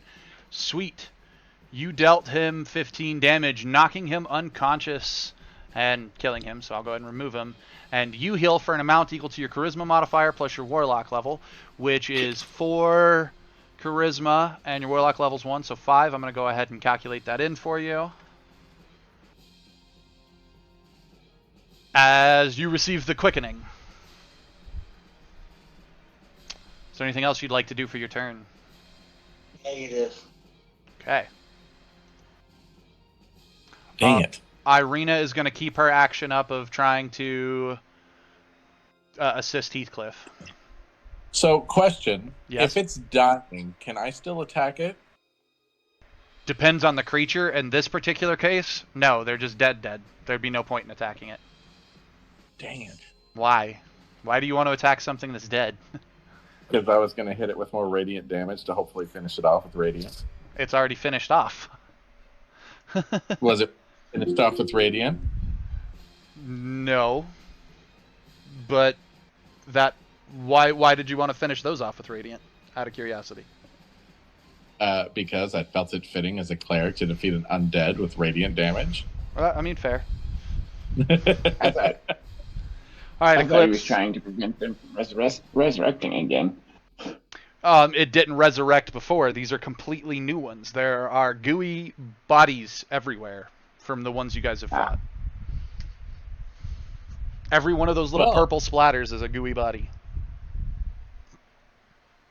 I'm standing in one. As Dalk, let's see, Dalk's the only one left, right? Yes. Okay. I'll go ahead and cast Guiding Bolt again as a regular first level spell. Okay, how many spell slots do you have left? After this one. Woof. Okay. Plus 1 use of your free. He used that last turn. I used that last round. I thought last round was the level 2. Okay, No, sorry. that was a turn before. Apparently I've missed a turn. So All right. -2, correct? Yes, at a -2. Wah, wah. Your guiding bolt smacks the wall. Aw. I was going to see if anyone had inspiration, but I don't think we do. Nope, you guys have already used it all trying to, when you guys saved Abel from being frightened. Okay, well, if that's the case, I'll go ahead and cast my starry arrow at it.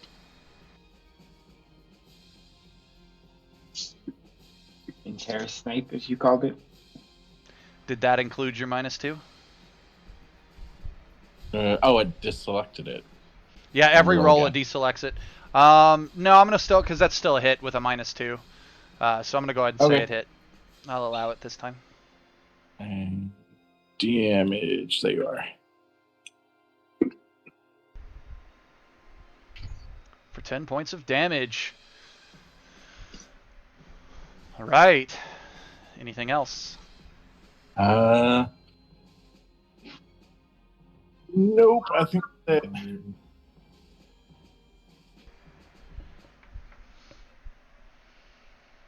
All right. How smart is Dulk? Let me look at his character sheet. Above average.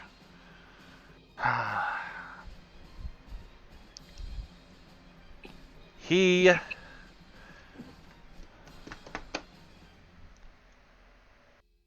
has no allies. I was crap. He glares at. He could try to take one of you guys. All right. He's gonna try to take one of you guys out. He's got to. It's the smartest move. All right. Punch at Sazid. Disadvantage. You're right. Well, he wasn't smart enough to recognize that, I guess. For 11 to hit. Miss. He just pounds on this energy field that sort of surrounds you. 14 to hit. That's it. Good night, Sazid. Is the. Oh, never mind. 28 points Taking of another damage. nap. You gonna try to soak any of it with your... I will. That only can Nice. soak at most 8 of it. How much did I have before? Would it be enough to save me? I don't think so. Then there's really no point. I'll save the dice. Okay. All right. Heathcliff, it's your turn.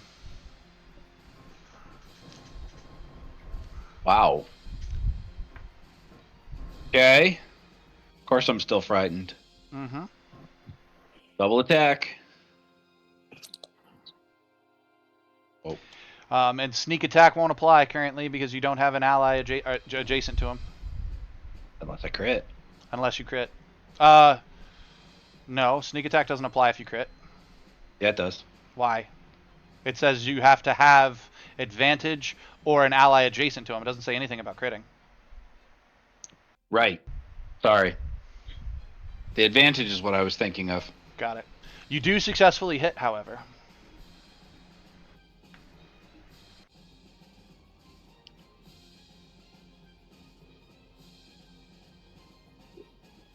It's 4, so for a total of 8.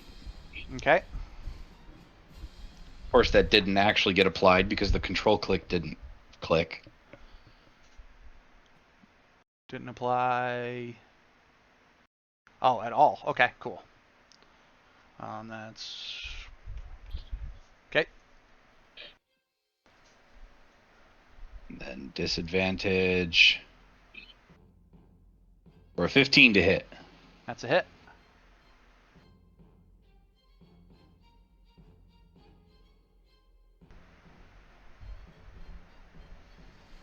For 2 damage. Woohoo! Anything else? Yes. I'm going to run away like a little girl. Are you going to make your wisdom saving throw first? No, because it's at the end of my turn. Oh. Okay, so you're risking provoking an attack of opportunity. Got it. To try to break line of sight to actually have advantage on this roll, yes. Okay. He is going to roll to punch you as you run away. Also, don't say run Okay. away like a little girl. I'm pretty sure that's sexist. Irina is going to take offense to that. For a 20 I'll to even- hit. I'll even scream like a little girl as I make it to this square and fall unconscious. Yeah, let's roll his damage first. How about it? It's a crit. I have 8 health left. It's not a crit. It was a 20 dirty. It was a soft 20? Oh. But it's still, 6 Yeah. dice for 24 damage. Yep, I'm out. You turn. Ah! Flop.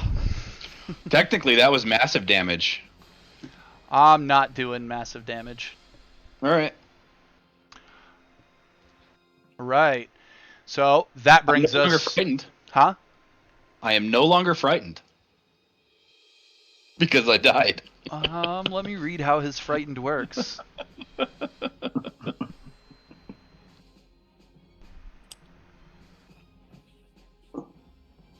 His frightened stays even if you become conscious again.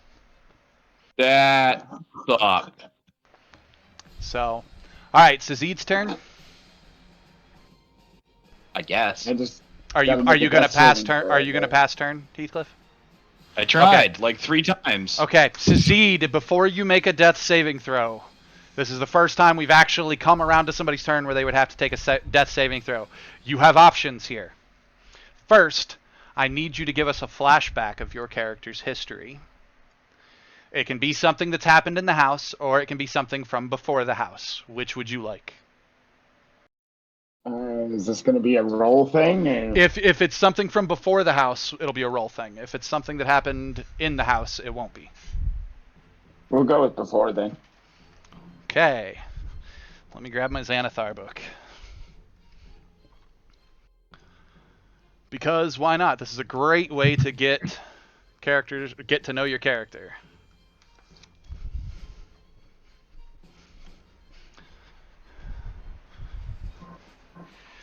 And you, sir, are going to flash back to your childhood. When I was just a wee little birdie. A wee little birdling.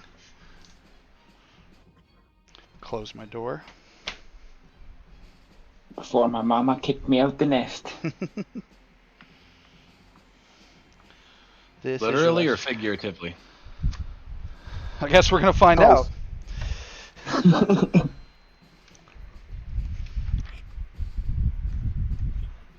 You remember... I need a percentile from you.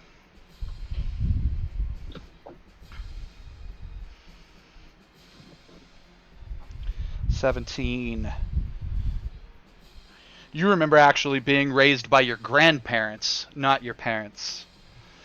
You remember that basically in an almost flock nature, it's a raised by a village. It takes a village, not just 2 parents. That's sort of how your clan worked.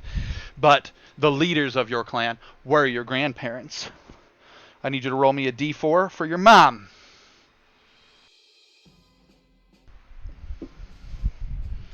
4. Your mother disappeared when you were a child, and no one's ever told you what happened. Your father, roll a d4.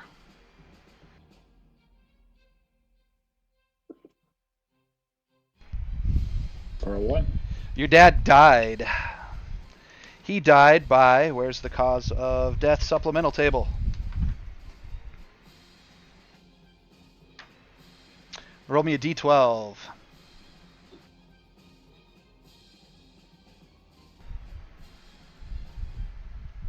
9. 9. Your father was torn apart by some of the monsters your clan were known to hunt. Probably why I became a monster hunter. Makes total sense. Okay, I now need 3d6 from you.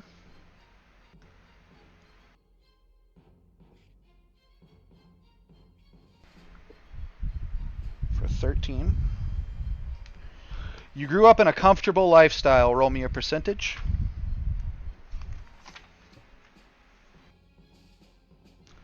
32.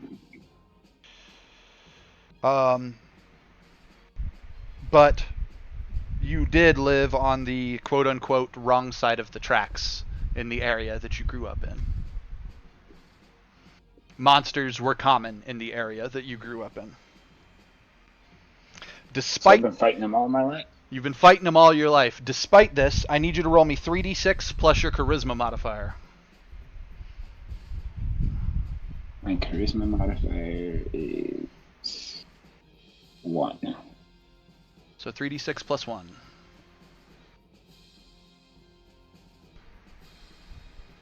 12.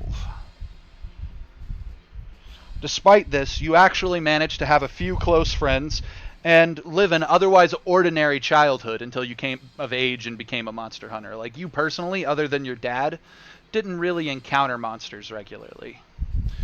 And this is the start of your life flashing before your eyes. Now, on this turn, you can either make a death saving throw, or you can choose to fail your death saving throw and make an attack roll from the prone position. I will choose to fail my death saving throw Okay. and make an attack roll. Can I do it with my... Somebody saying something? Nope. Can I do it with my claws to try and trigger Touch of Death? Yes, you just basically take it. You have access to an action basically, but I believe, and I'm double checking this, because you're prone, it'll auto give you disadvantage. Well, it'll auto track that, so all you have to do is roll it normally. Oh, that didn't hit the chat box. Let's try that again. You hit. So, do I just add a D10 to it after? Or? Does it not have does Touch of Death not appear as a thing on your character sheet? It does. It does, So but it's listed as a heal. Oh, that's right. It's weird. Setup weird. I don't know why it's listed as a heal in there and not a damage. So yeah, we'll roll a D10 afterwards. So I'll roll my damage for this. 4 damage there, and then Okay. a D10. For 14 points of damage. And that ignores necrotic resistances if he has it. Yep.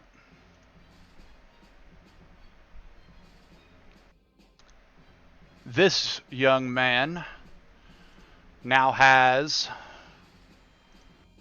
both unconscious and prone as well.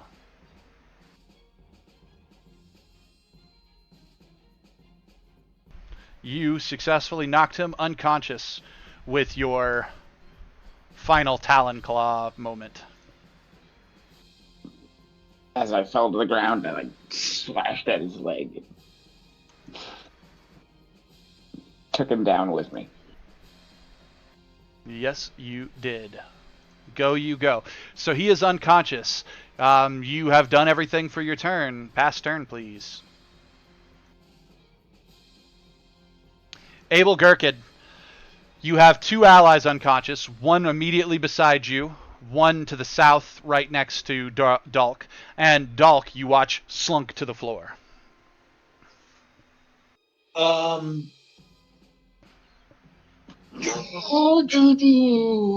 see something.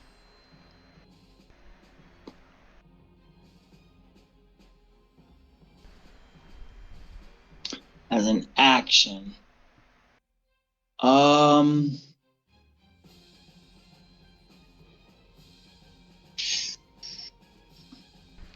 I'm gonna do lay on hands.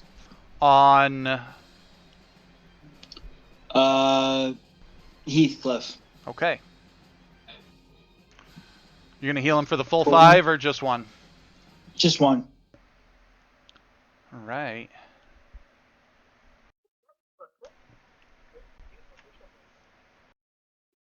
Heathcliff, you are no longer unconscious.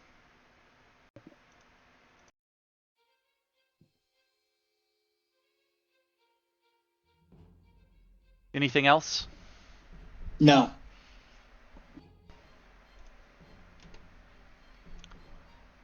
Irina's gonna walk up and she's gonna stab Dalk. Stab his mangled corpse. Good. Eclipse, it's your turn. Let's see. Seed's still down. Sazid's down, and Dalk is not dead yet. He's unconscious, but not dead. Okay, well. So this is your opportunity to finish someone with radiant damage. Yeah, I know I can do it. Hopefully.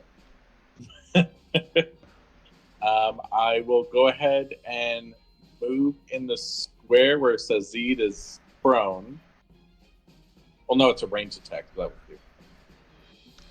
I'll go right. You're not going to have to roll an attack roll. You auto hit a helpless target. Oh, okay. Well, that works too.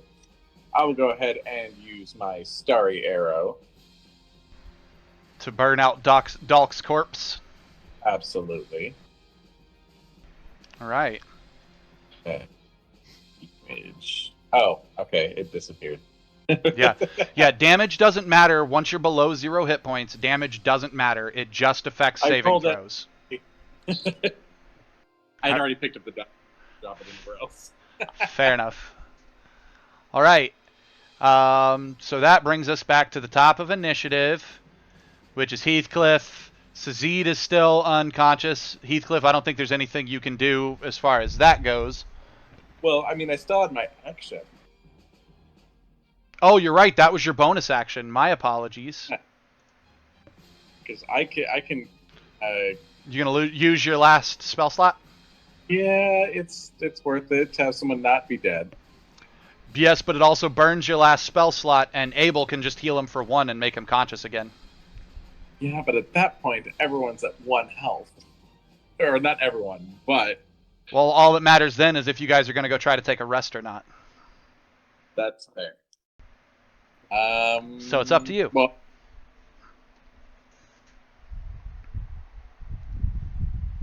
you know, I'll be safe. I'll go ahead and heal him. Okay. Let's see. Cure wounds is right here.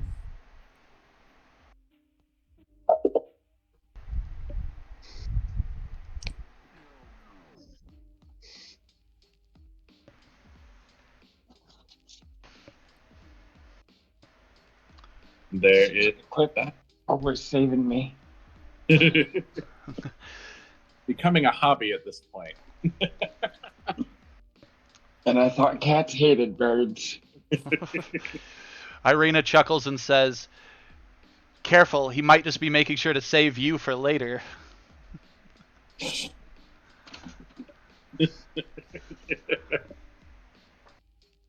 All right, you guys successfully, though harshly, defeated this room for a second time. Yeah.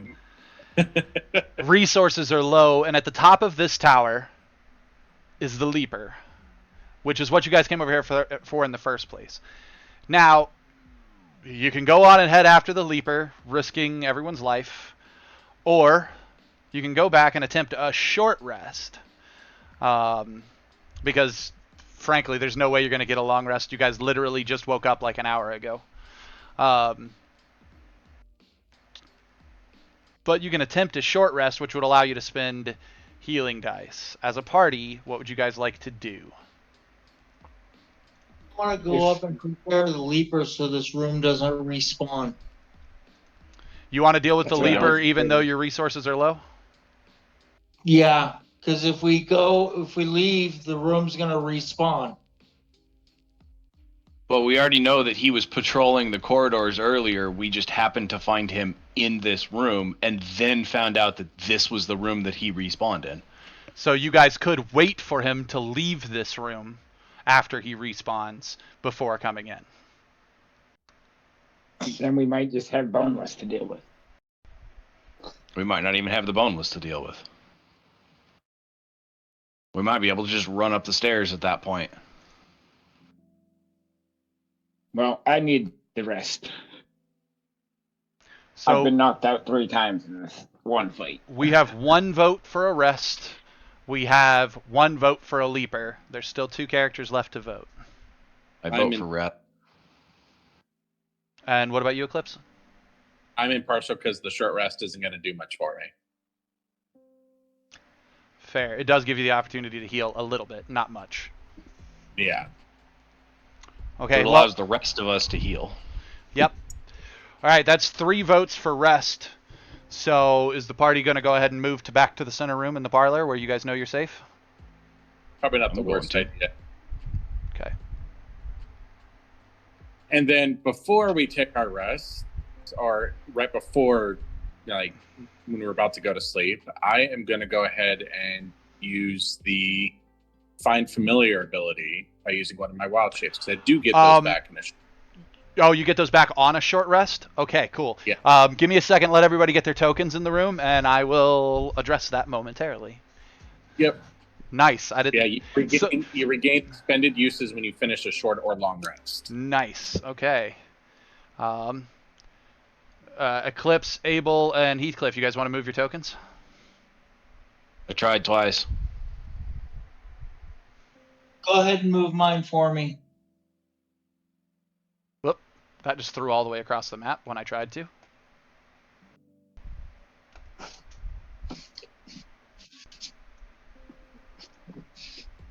I love how on your side, I know I'm cheating currently, but I was going to check something. On your side, everyone's in the room, and on my side, they're all still moving. Huh. I wonder why you're having issue with that. But that also probably explains why my mouse was just acting funky. Stop it. That's me. Screen peeker. No, I want to see this. Yeah. Man in the chair, remember? I'm not seeing any issues that should be causing what we're seeing. Yeah, like I said, I'm not having any issues except for just now when you grabbed the mouse. All right, peeking over, closed. So the only issue that was going on was on your end, so maybe your computer's currently eat up. CPU's eat up. All right. Out of curiosity, what does Find Familiar look like when you try to cast it, Abel? Do you just like sit down and meditate? Or not Abel, Eclipse. Do you sit down and meditate? Do you chant? Like, what does it look like for you? I focus on the star map and try to channel the spell through that. And your star map, how does it work again? Does it like project a star map on the room, or is it like a map? Yes, it's a crystal necklace I have on that projects constellations, or the star map, So last session, I had said that I had described that you had channeled your arrow from your necklace, because that's what you had told me. And I called the necklace your star map, and you said that the star map and your necklace were two different things. So are you wearing two necklaces, or are they both the same thing? I'm sorry, they are both the same thing. Okay. So, and then it projects this starry sky? Yes. Okay, so you're sitting at the table, you're projecting this star map up on the ceiling and shining light through it, and focusing on summoning some sort of assistance into the house. Now, the thing about Find Familiar, or any conjuring animal ability, is as a dungeon master, I'm left trying to decide, do I let you choose or do I choose? And my rule of thumb is, you can choose when you conjure something, so long as it comes from the area around you. Now, a familiar in particular, or in your case, animal companion, summons a spirit from the area around you. And there is only one active spirit in this house that seems to be a non-hostile spirit that also happens to be an animal spirit that you can summon. I kind of hope you're catching my drift here. I do. Do you call out his name? I don't remember his name. So I'll go ahead and throw it out there for you. Eclipse, as you look down and you look up at the stars around you, you say, "Come here, News. Here, boy." And sure enough, the constellations begin to swarm until one takes the shape of News. And then it becomes this three-dimensional image crawling out of the sky. And as it hits the floor, it turns into News. And sure enough, there is this brown, shaggy dog that comes out and is running around at your feet. And it does come in a chosen form, being Celestial, Fey, or Fiend. Yep, so would you like a Celestial, Fey, or Fiend dog? I'm going to go with Celestial to fit the star map. Solid. That's wonderful. That's great. He's shiny. He's happy. His collar is brand new. I do want to let you know, your animal companion only lasts for an hour, which is how long a short rest takes. So you technically have to resummon him. However, the joy of a familiar is that once you have claimed something as your familiar, it's always your familiar. Meaning, the next time you summon an animal, no matter where you're at, you can summon News. AKA, you just made News your pet, and you can take him out of the house with you. Yay! I thought you'd be happy about that. Very much so. So, all right. for the stream, we're going to go ahead and take a quick break, bio for everybody. And when we get back, we will trigger that short rest so that everybody can heal. So I hope everyone has had a wonderful time as we're having, and we will be right back.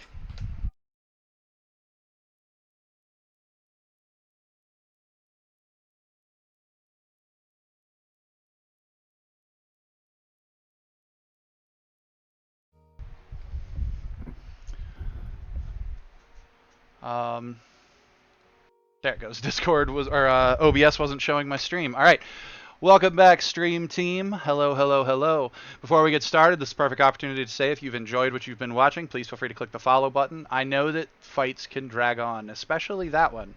It's the first time I've ever seen a fight go that many rounds in this game, so holy crap. I also want to go ahead and once again reiterate that if you get a chance, please check out my Petri dish for my links. Aside from checking out Twitter and YouTube and my Instagram and all that fun stuff, heck, I even need to add a Threads thing now because why not? At the very top of my links is a GoFundMe for Mike. You guys know him in-game as Abel Gherkin. As I've stated before, health issues are what they are, but our good friend is looking to get a kidney replacement. So if you're looking to do a good deed, his GoFundMe page is set up over there. And everybody can use a little help this day and age, especially when you're looking at the healthcare system in America. So please, please, please check that out. Otherwise, we're going to go ahead and continue. I'm going to start by triggering my player's short rest. Whoops. Menu rest So of the something else short I kind. Spell is that if I summon... Second. If I... Where'd you go? Card form. If that...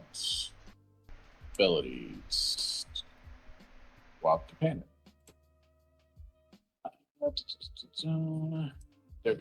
Okay, so it does say... I forgot how the text is. There's... You can't have more than one familiar at a time, and if you cast this spell while you already have a familiar, you instead cause it to adopt a new form. Yeah, it's... Choose one from the above list. So basically a familiar is a singular spirit that takes a form. In this particular case, it took the form of News, the family pet of the Halvarist. Yes, but if, let's say, later I cast it again, I can have it assume a new form? Yes. Okay. Yeah, that's what I was saying before, and then it draws its form from the likely forms in the area. So, like, if you're in the middle of the ocean, it would take an animal form that was based off of water, or could take an animal form based off of water. But at the same... In a spooky place, it could be, like, a spider or a raven. Yeah, yeah. Got it. I don't normally give players the option to have like a specific named conjured animal or conjured spirit unless there's a specific named one that meets the requirements that's been wandering around the environment. In this particular case, you guys have seen News, multiple players have seen News all over the house. So you have this brown floppy-eared dog that looks like Benji from the movies. I actually have a picture I'll share to Discord later so that you can see, and I actually should I'll move it to my Fantasy Grounds files so that I can load it for the play or for the stream to see next week or next session. But you were able to collect News like Ash Ketchum, which I think is kind of great, especially because of your particular interest you've had with him since being in the house. All right. Short rest was triggered. You guys successfully got your short rest. If you want to roll your hit dice, just remember, go to the main page of your character sheet where it says HD down at the bottom. Click and drag those dice over into the dice box. It will heal you. I'm gonna use both of the two I have left.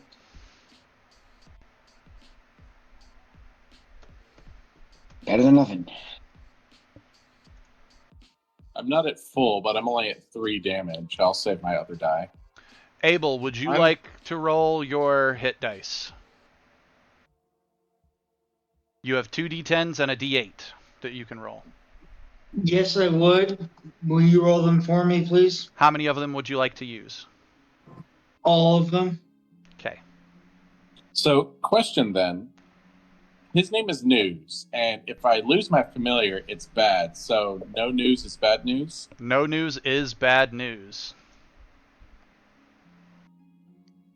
All right. And then I think somebody else was going to ask something. So I tried to do the right click to roll all three at the same time, and it rolled 3, but it didn't roll them correctly. So I reapplied the damage. I'm going to roll 1d8, add 2, subtract that, and then roll the other 2 separately. So yeah, that's what I was about to say is stop rolling for a second. Because it didn't roll correctly, I could have undone it before you did that. Oh. I could have fixed all of that with just an undo. But with your hit dice, you have to roll them one at a time. Yep. Also, because it adds your con modifier or whatever every time, you want it to roll separately anyways, instead of being multiple dice. I think I liked the 20 better. I bet. But everything that should have recovered on a short rest seems like it did. Everybody's health is at least significantly better. Mine don't auto recover. I have to do it manually, but What did Nardo recover for you? action surge and second wind being used. Ah. Interesting that those didn't auto recover. They might be set up wrong in the background. Yeah, weird. Speaking of that, can I use my second wind outside of combat? I don't see why not, but it does limit you to only being able to, or to having used it until you use your next rest. So you're going to go ahead and pop it? Is that what you're asking? I'm debating. Nah, I'll save it. By that effect, Irina hadn't used her second wind, so she's going to use hers before you guys even actually take your rest. Because that'll put her back to full health. And recover it. So yay! Alright. During this time period, within a few minutes of being in the room, you guys do hear the telltale sign of darkness, foreboding, once again becoming active in the house. You hear, "Do you think you could take me so easily? I will find you and the wench Mara. Mara! Come out, Mara!" As it begins thundering through the house. Now, is the party going to go down and just deal with him directly as we did before, or are you going to wait for him to leave the room? I think it's probably best we wait for him to leave. Okay. I'm going to need... Well, who all's listening for him to leave? Or do you guys want one person to listen while somebody else aids another to help them listen? That sort of situation. So I have an idea. Okay. I am going to go ahead and resummon my familiar. Okay. And from what I'm understanding from the familiar thing, it says while your familiar is within 100 feet of you, you can communicate with it telepathically. Yep. Additionally, as an action, you can see through its eyes and hear what it hears. Yep. So I am going to essentially have the dog wander around since it's a known entity in this house by, I'm assuming, everyone that's already here. And I'm going to have it keep an eye on our friendly, undead, super evil villain. So, I want to clarify some things. First off, this is a great idea. And I'm actually going to go ahead and give you an inspiration for using it this way. Oh, yeah. But secondly, while you say known entity, the voice is a known entity. As far as it being this thundering creature walking around the house, nope, not at all. This has only occurred because you guys awoke the house. Well, no. I'm saying that the dog is. Same the things thing. in- The same thing. The dog belonged to the Halvarist family and only began manifesting because there was life around the house. To that end, Dalk haunts the castle. The dog haunts the house. So Dalk would view the dog as another target. But you can use the dog as bait if you would like, knowing full well that, like, worst case scenario, if the dog gets defeated, you can resummon him. Yeah. And use that to lure Dranzorg away, or even have the dog roll a stealth check, and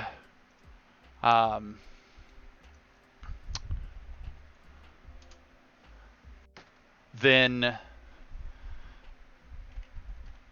really there's no base dog stats. I'm gonna have to create dog stats. That's wild. The module doesn't have a stat block for the dog. So I probably shouldn't tell you guys this, but news is GM's discretion what kind of animal it is. It could have been a baby dragon. So I just thought it was fitting to give the family a shaggy dog, because I envisioned this family as a loving family when it moved in, a very nuclear, stereotypical family up until things started to go wrong. I was trying to help find a stat block, but I think it found its actual name. Is its name supposed to originally Lancelot? Nope. Oh, everything I'm finding about it is pointing to Lancelot. Weird. No, the dog's name, or the pet's name is News. Yeah,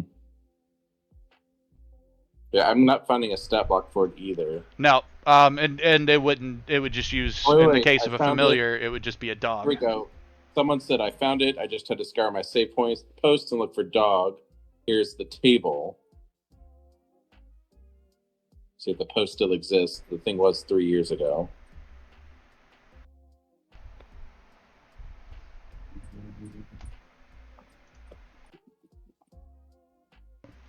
And we'll keep him. We're taking that puppy.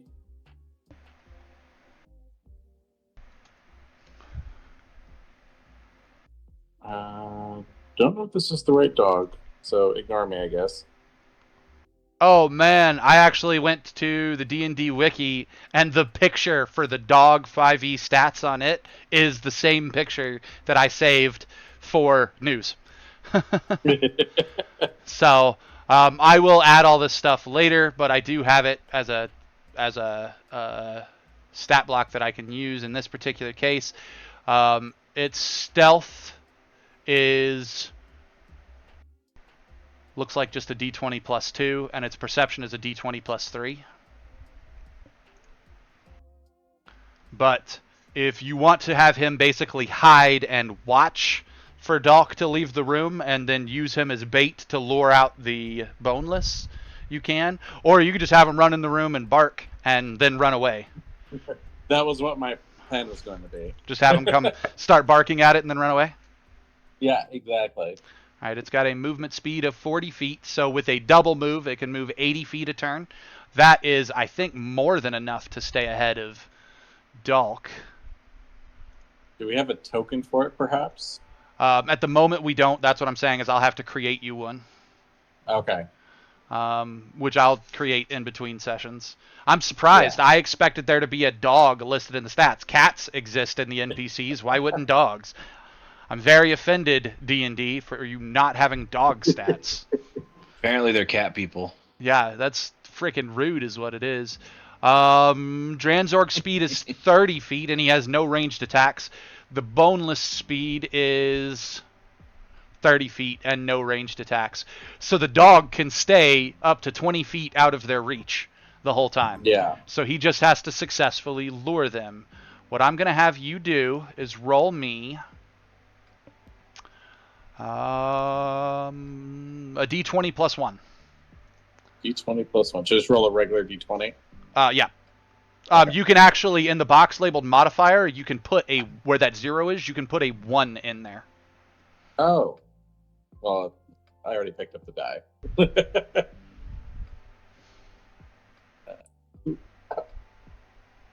So 16. 16. Yeah, he's successfully able to lure them. Where would you like to lure Doc to? Let's go ahead. It's going to be the best place. Honestly, how about we lure him back upstairs?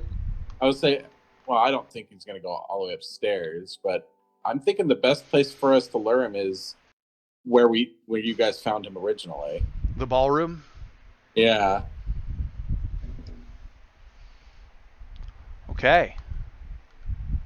I'm good with that. Like I said, you successfully do it. This is why you're getting your inspiration point. Good job. Do you break visual contact with it so that you and the party can move ahead and kind of let it do its own thing since it knows what it's supposed to be doing? I will. You know what? Because remember, you have to do that as an action. You have to keep control of it. It also makes me blind and deaf while I do it. Mm-hmm. And I can still contact with it telepathically. So what I'm going to do up to 100 feet, which is what 5, 10, 20. I don't know how many squares that is. It's a lot. I think it's 20 squares. Yeah. But I'm just saying, what after it gets in there and lures him in there, I'm going to try and see if I can not convince it, but keep it occupied with the dog. So right before I break contact, well, I mean, I can still telepathically talk to him after I break contact, but I essentially just tell him, keep him busy. Okay. The dog just basically gives a yip yip in the middle of its barking to let you know, like I've got this. And then I'll go ahead and break contact, and I'll let everyone know. It's like, hopefully he should be kept busy for a while, so we should be good to go. You flea-bitten furball! You serve the Crimson Wench! I shall catch you! You hear coming from the room immediately to the north. See? I playing work. Love it. All right, so you guys have the ability to successfully, or hopefully successfully, sneak out to get into the tower and go after the Leaper if the party still chooses to. What would you guys like to do? I say we attempt this post-haste. Before Dranzorg returns again.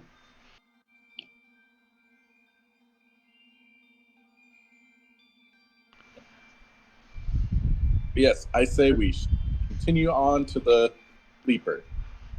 Okay, do you guys want to roll me initiatives for determining, travel and who's leaving the room first and whatnot?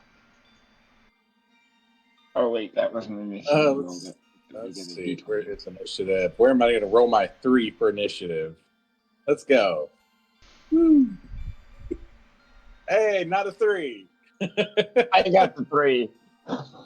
And Heathcliff, you haven't said anything for a while, so any reactions to the dog or you leaving the room or anything like that?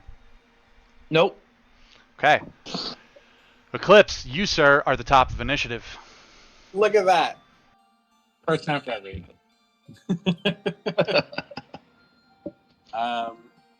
Yeah, I will go ahead and I'm trying to think of the best way to leave this room to go in. That way's just one door, but this way's farther away, but it's 2. I guess I'll just go ahead and try and head out this door and head south. And you have a movement speed of 30? 2, 3, 4, 5, 6. Right about here. Okay, you could double move or you can wait for the rest of the party. Like, what are you guys, are you going to try to move as a group? That's probably the best idea. Okay. Heathcliff, he pops the door and heads through it. There's not actually room in the hallways for you to fly, Sazid.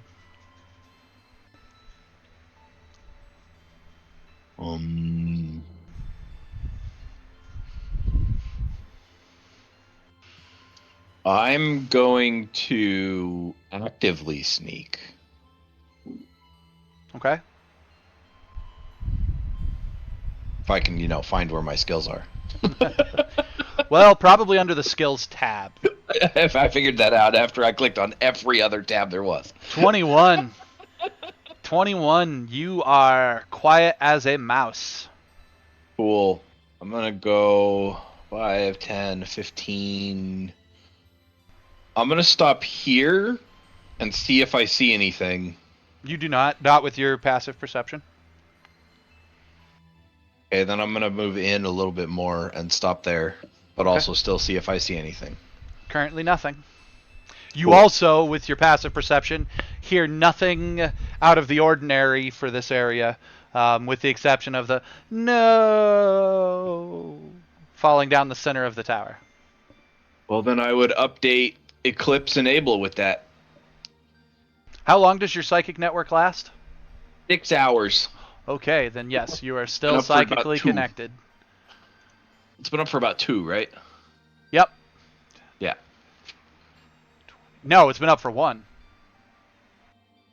Because you did it shortly before you fought the first of the last 2 fights.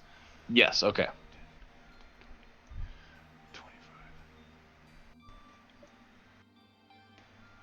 Irina has no idea you're there, hidden amongst the broken statues. But you do see her come in, and you see her tuck herself up against the wall as though she's trying to be sneaky. And she nat 20s her stealth. You basically see her disappear into the shadows. Sazid. Nice.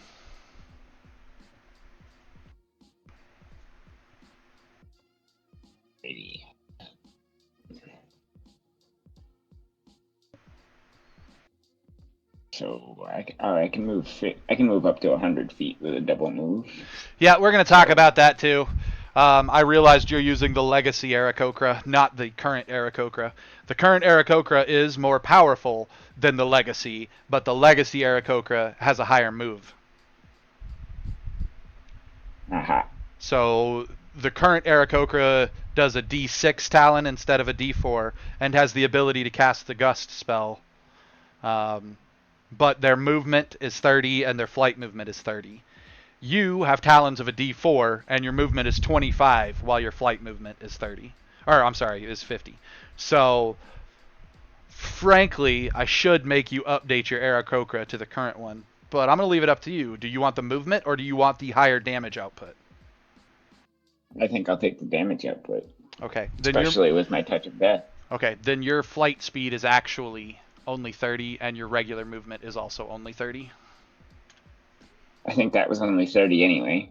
That's where I'm gonna stop. Your regular that's 30 is what you moved, you mean? Okay. I think so. Okay, what's your passive perception? I believe 12.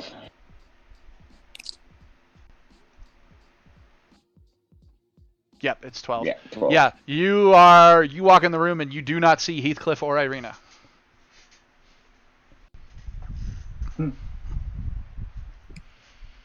I didn't think I'd be the first one here. I mean, you know they left before you, and you didn't see them in the hallway. Anything else for your turn? No. Abel, are you going to stick with the party and do your move with a group, protect them if they're attacked thing that you usually do?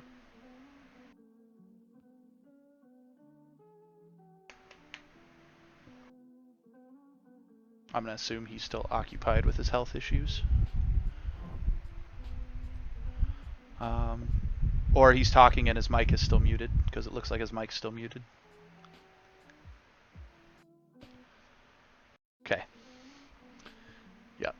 Yeah, he had said his situation was getting rough. I'm going to go ahead and move him with you guys.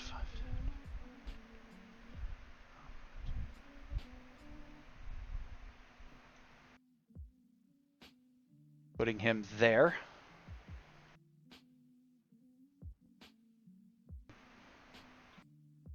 And also, because it didn't get rolled, technically Abel goes before you, Eclipse. Aww. But, Eclipse, it is your turn. Well, I am going to go ahead and play catch up. 2, 3, 4. And your passive, I 5. believe, is 16. I believe you are correct. Yep. Yes. Yep. You still don't see them. 16 with my super dark. Yep. And they are managing to be very sneaky, sir. Also have a creature is here and say, finally someone. You cross the doorway, and I'm not going to make you roll initiative. There are no boneless nor Dranzorg in this room. You hear him boom from the other end of the house. Damn dog!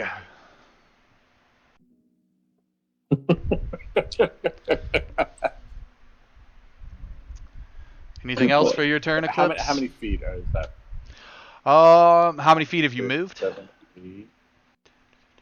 25, 30, 12, 30. 13. This is technically 35, I think. I can still telepathically communicate with the dog in that room. And you've moved 35 feet. Well, I was right in front of the door. Not like right in front of it, but down one square. The 1, 2, 3, 4, 5, 6. Oh, you were down one square? I had in my mind, you were right in front of the door, so I was counting. I that was square. right here. Gotcha. Okay, so yeah, 30 feet puts you center. Okay. But even at this distance, I can still communicate with my familiar. Yep, in that room. Tom, good job. Keep it up.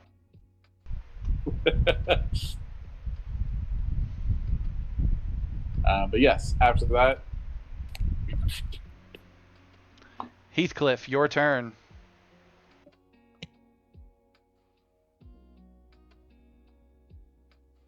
Do any of the guys know I'm here?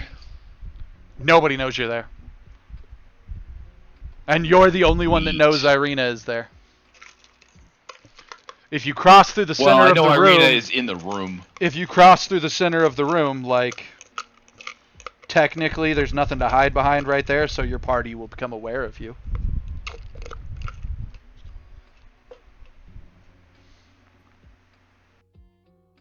What if I sneak, like, around the wall and around Eclipse? So, as I said before, unless you're a small creature, that half square that's on that southern wall can't be entered. Right. Well, I guess they'll become aware that I'm here.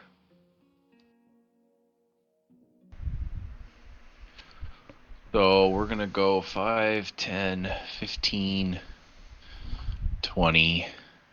So when you 25. pass Irina, you provoke an attack of opportunity because she has no idea you're her ally. And so you see a sword come out of the shadows like it's going to strike you and then draw back.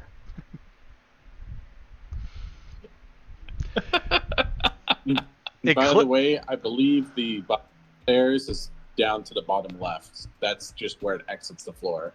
Yeah, the black is the shadow beneath the stairs. Yeah. So you're trying to go upstairs. You want to he was moving into the shadows. No, I wanted to go into the shadow under the stairs. Eclipse. This person, this darting motion comes flying past you on your right. Your passive perception is high enough for you to notice it's Heathcliff before you take a swing. But do you react at all?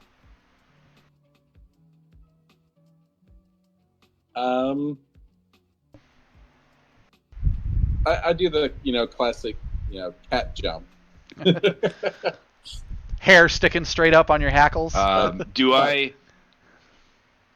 Yep. Do I see that? Yes. As I go flying past, do I see Eclipse's response? Yes. I'm going to, in the telepathic network, go, really? And just keep going. Yes, really? Would you rather I swung? Sazid, you see all of this go down as well because it's like right in front of you.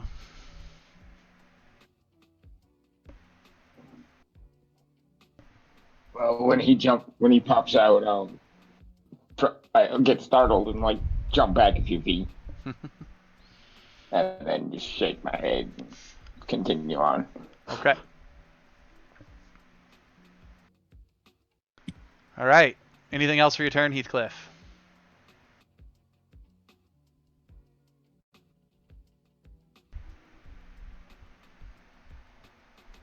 Can you hear me?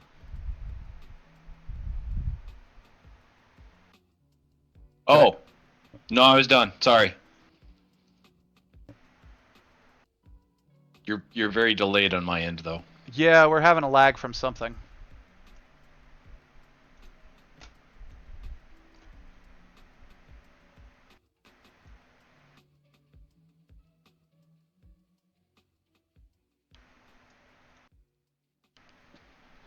Same thing, because of her nat 20, you do not see her until she is like right in front of you, Heathcliff. And then she's suddenly like standing next to you, and you guys kind of just like notice each other in the dark under the stairs. Like, whoa, stop it, she says. Hey, I was here first, is my soliloquy. Sazid, your turn.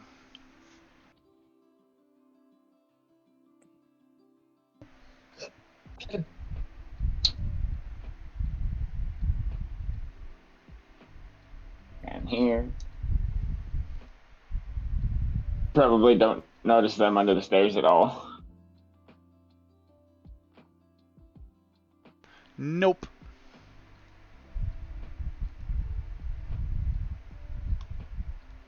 I'll pop in and be like, where'd those two go? And just continue on towards the stairs. But not go too far. And that's turn. Okay. That actually brings it to Abel Gherkin. Are you back yet, Gherk?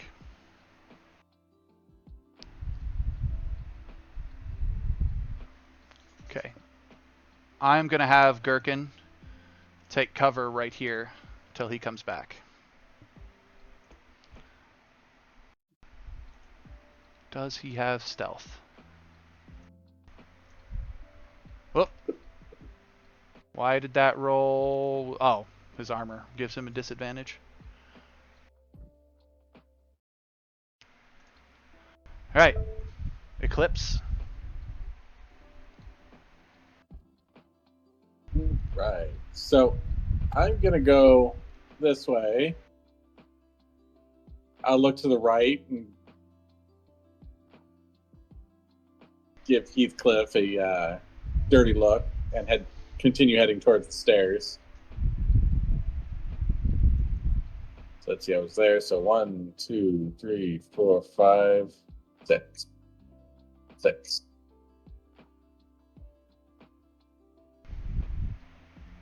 Okay. And before I forget this time, I'm going to go ahead and activate my Vigilant Blessing. And I will go ahead and activate it on myself. Okay. The environment around you as you're doing all of this begins to go murky. Wind blows through the house, and green mist seems to engulf this bottom floor as fog seems to have blown back in the house through either an open door or window.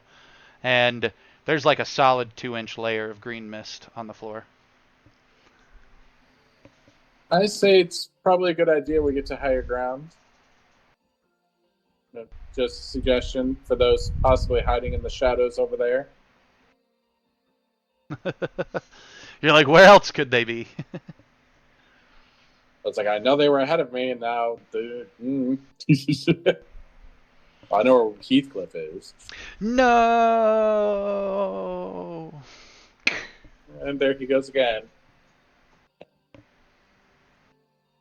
And I will end my turn.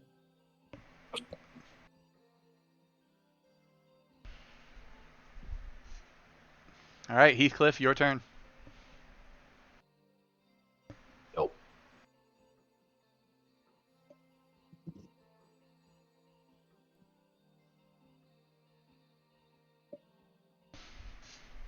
I'm going to go up the stairs. 5, 10, 15, 20, 25, 30. Okay.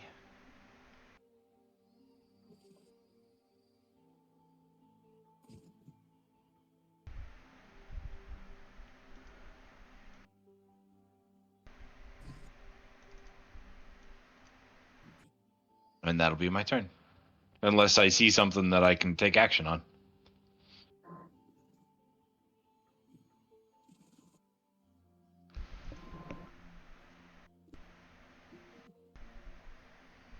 Nope. But you do begin to feel the breeze. Yep.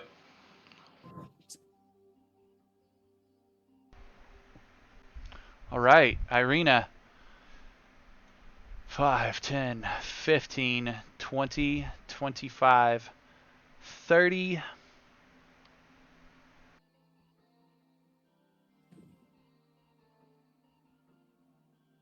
She goes all the way there. As she also heads up the stairs. As she passes you, Heathcliff, Irina says, "The dangers of this house are beginning to worry me. I'm not sure our adventuring party is strong enough to keep facing these tasks. Thank you and your allies again for all the help you have brought us." Sazid, your turn. I shall follow suit with the rest of the party and head upstairs. As I pass Eclipse, I'll tell him, keep close. I may need your help again.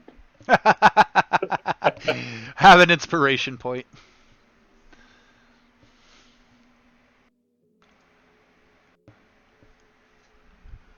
All right.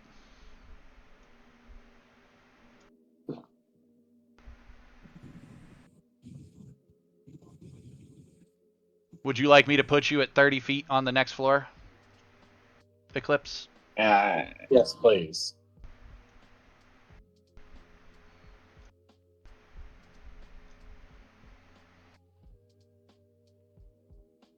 Okay.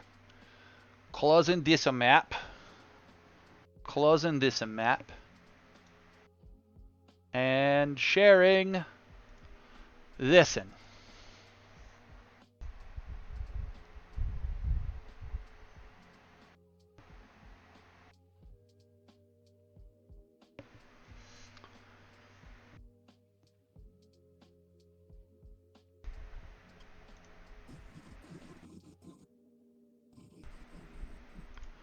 All right.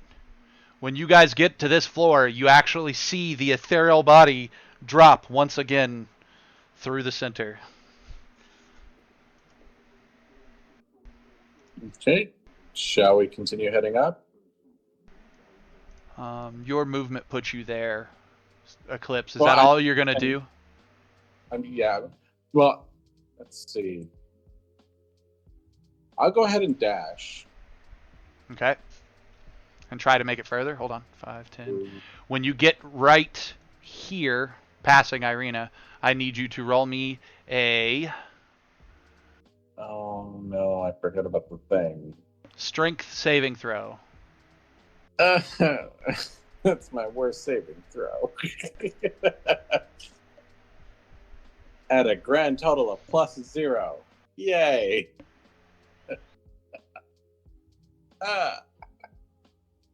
Yeah, I'm gonna go ahead and use inspiration point for that Okay.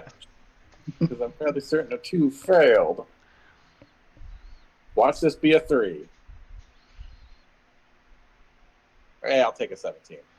You successfully resist being blown off of the stairs. You know this Again. pain. You've experienced it. Every square after this square costs 2 squares of movement per square.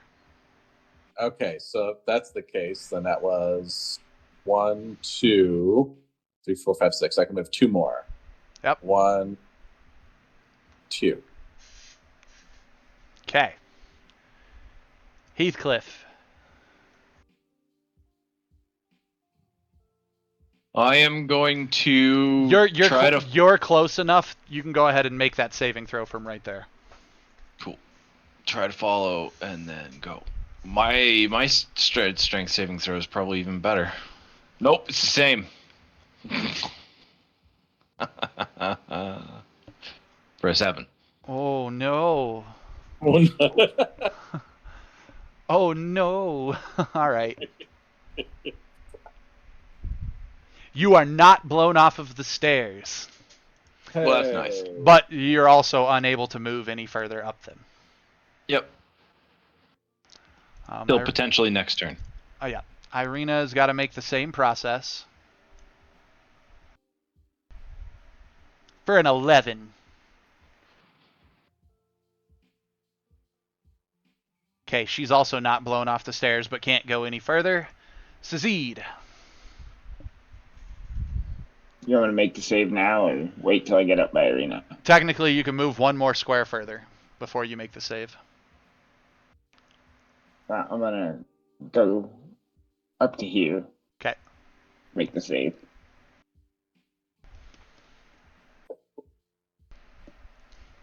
For an 11, which we already know is fail, so I'm gonna use my inspiration. Oh, okay. Reroll that.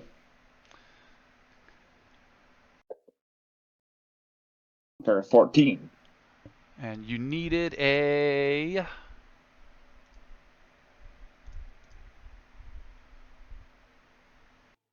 $15. Unfortunately, you fail.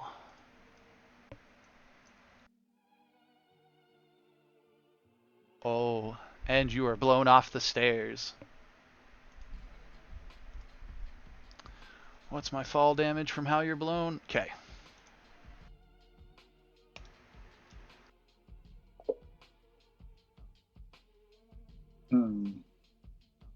You are back on the bottom floor, and you take 9 points of damage. Can I attempt to fly right before I hit the ground and avoid the damage at least? Give me an acrobatics check.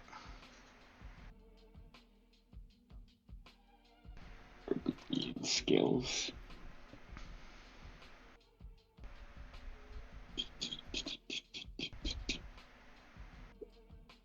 Oh, that's a 6. Not this time, I'm afraid.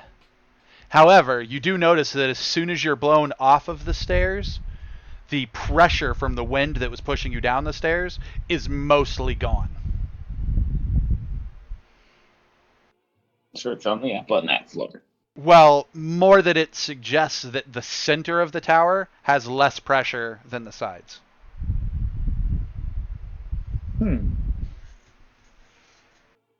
So I only used 5 feet of movement.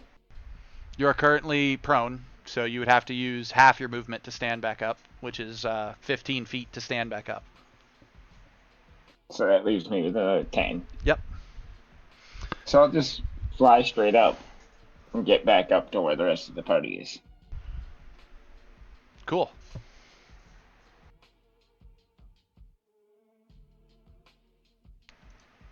Eclipse, you hear your ally get blown off the stairs, thud on the ground, and you see him sort of take back off after spreading his wings. Do you try to continue up to the next floor, or do you wait for your allies? As that guy yelled down to him, it's like, I can only save you so many times.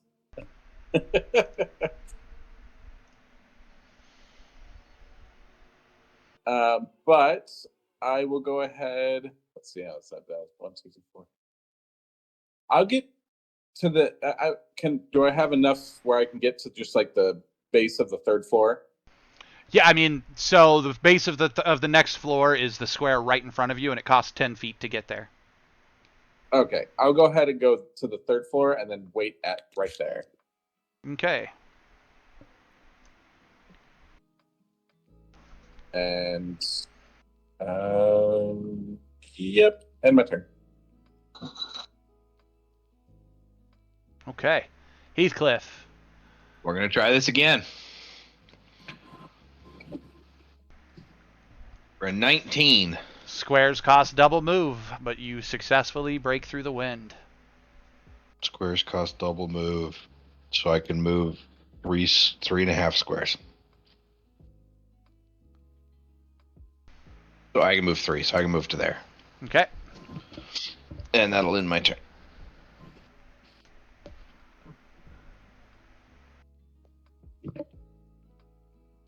Could have dashed.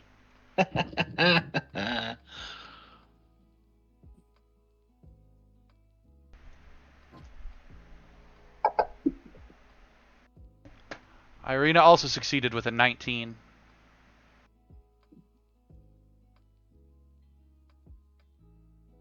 And Irina can dash as well, so she's gonna.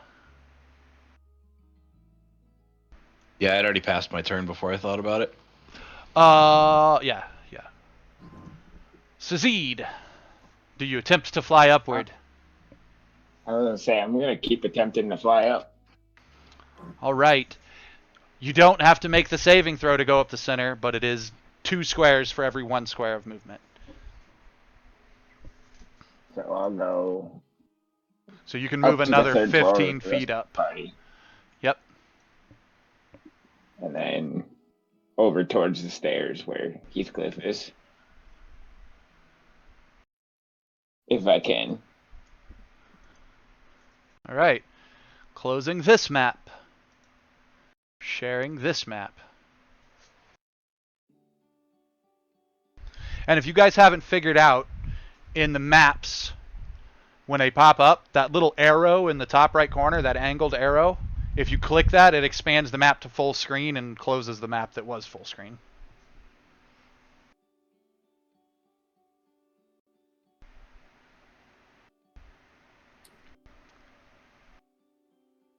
Do you try to dash and go any further up, Succeed, or stay where you're at? No, I'll stay right here. Okay. And I was gonna use my second wind and recover some health. But Go ahead. second wind. Ha! Wah wah. Not a whole lot. Not a whole lot indeed. But every little bit counts, right? Eclipse, the bird, flies up next to you. Welcome back. Don't hit the floor. It's hard. Let's see.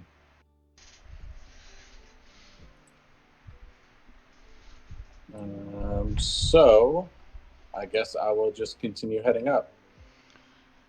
Okay, double move still applies. I'm going to dash. That'll allow a total of 6 squares. 3, 4, 5, 6. Alright. Heathcliff, I assume you're heading straight on up? Yep, double move. Okay. First move gets you on, first square or 2 squares gets you on the map. So you have 5 more squares of movement you can do. 1, 2, 3, 4, 5.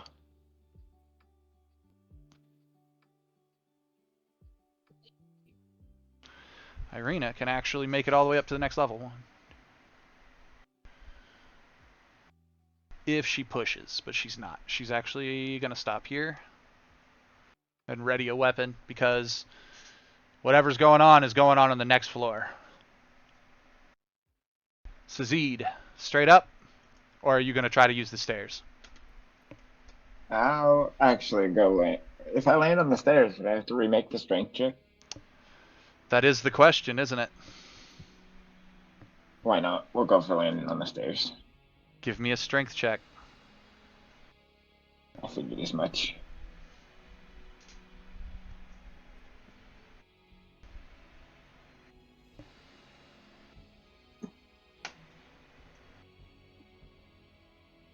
You're not blown off the stairs, but you cannot progress any further.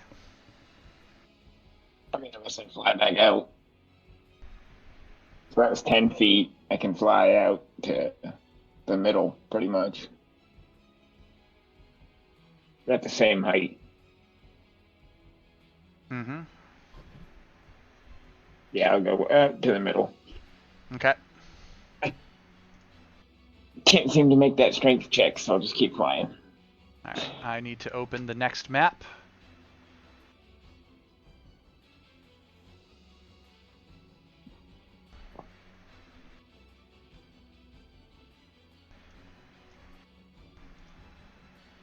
Eclipse, 2 squares of movement gets you... Well, let me get you onto the next map and then I'll share it to you.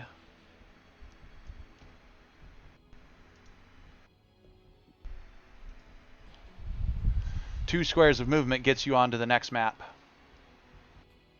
Oh, well, okay. Which I just realized is still set up with line of sight. Oh, so it's really not that small. Got it. Well, I mean, it is. It is. That's all you can see anyways. That's the center room of the top floor of the tower. All right. Well, I will move right here. Maybe. What can I move? That would put you back on the stairs. Oh, I'm sitting at the top. Okay, got it. So give me 1 second so I can clear tokens and stuff, or make it so that you can control yourself.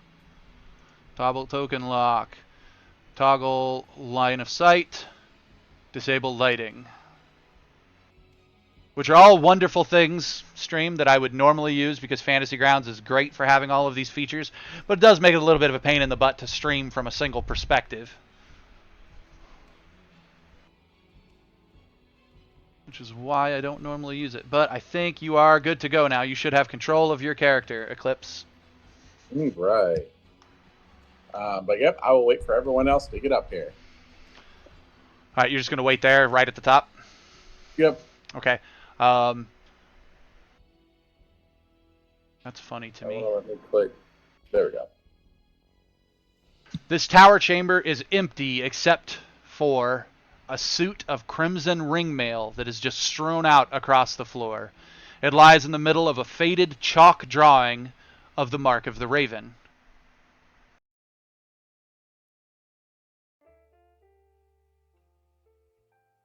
Heathcliff, are you continuing your way up the stairs?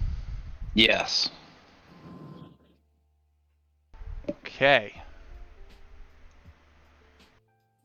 You are now on that map. It would have taken you, I'll say it only took you 2 squares to get, so 4 squares to get you up there. We'll call it a single move to get you up there. Hey, GM. Yes, sir. My computer died and I don't know where my daughter put my charging cord, so I'm still here. I just don't have access to my computer. Ah, okay. Yeah, when you disconnected, I thought with your health and everything that was going on that you had stepped away. So the green mist had collected your character, but now that I know you're here, the green mist will return you. Okay. I will move as a dash a little bit further away from the top of the stairs and then wait for everybody else.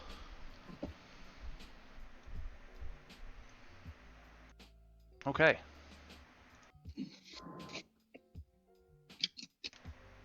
And normal movement can resume once you're at the top of the stairs. Yeah, but you said it took the entirety of my movement to get there. Yeah, of your base movement, yeah.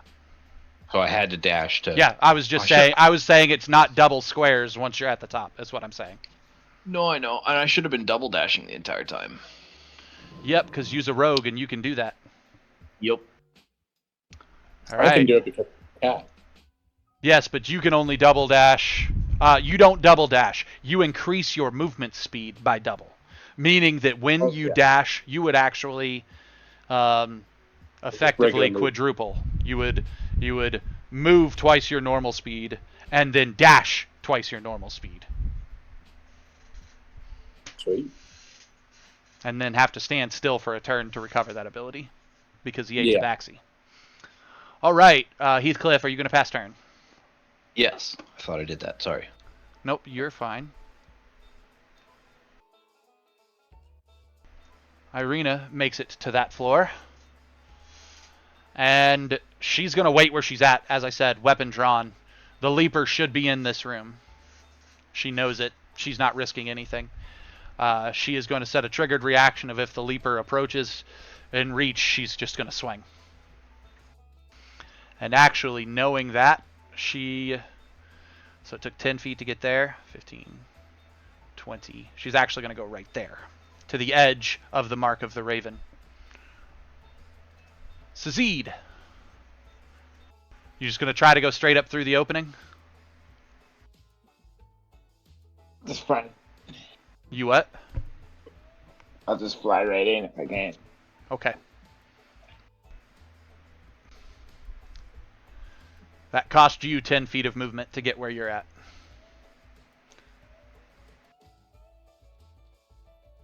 $15. Or is that still doubled? No, it's not doubled once you're on this floor. It's as though the wind just stopped. I'll move over here and draw my rapier. Get ready. You As Irina is. all notice the green mist filling up the stairs, as though the entire base of the tower has become filled with this green mist. And sure enough,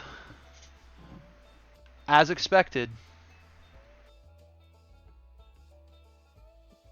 the leaper appears right at the top of this opening.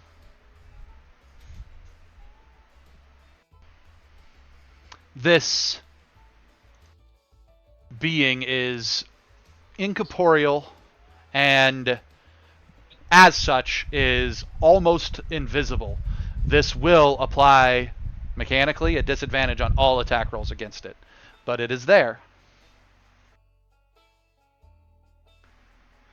Let me drop it in that, and I will then grab its token and put it right here as it's preparing to leap below. Oh, it's still set invisible. Show NPC.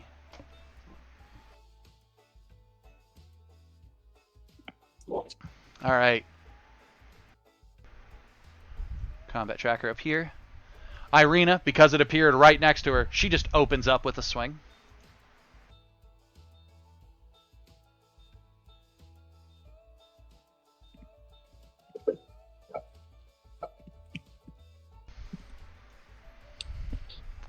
Successfully striking it.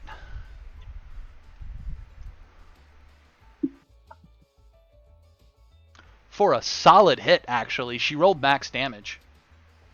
Nice. Unfortunately, it appears that as an incorporeal being, it resisted her damage. Does it have... It doesn't. She's actually going to do something she hasn't done yet. She looks at Sazid as she's doing this, and Sazid, you see her will up the same energy that you use, and she shoves it into her blade for a bonus 5 damage.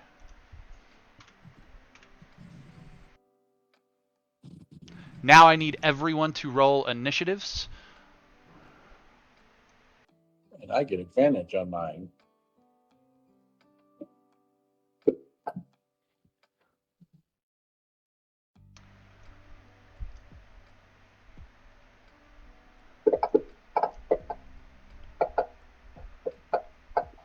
Net 20 initiative. Nice. Take what you can get. And still doesn't go first. Oh wait, yes he does. Don't you scare me like that.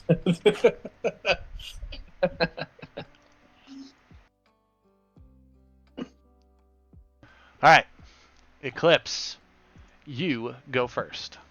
Huzzah. As I've described, the only thing in this room besides this incorporeal person who is trying to jump off this ledge and has now turned to, like, angrily look at the group is the faded mark of the raven on the floor and just this crimson chainmail armor that is just sort of scattered about the floor. That is old and rusted.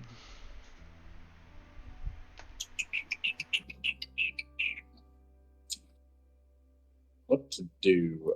And I do believe I got rid of my, well, no, it's a cantrip. I got rid of my mending cantrip.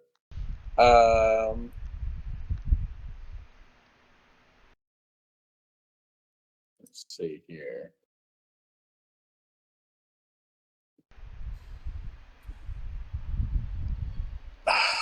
I am going to. You know what? I am going to attempt to put the piece of the armor together on the seal. So you're going to move away from the creature? I am.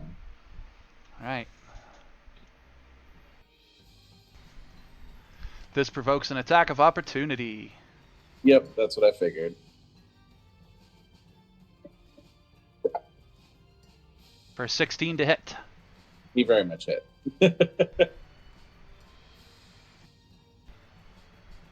Woof. For 16 points of damage.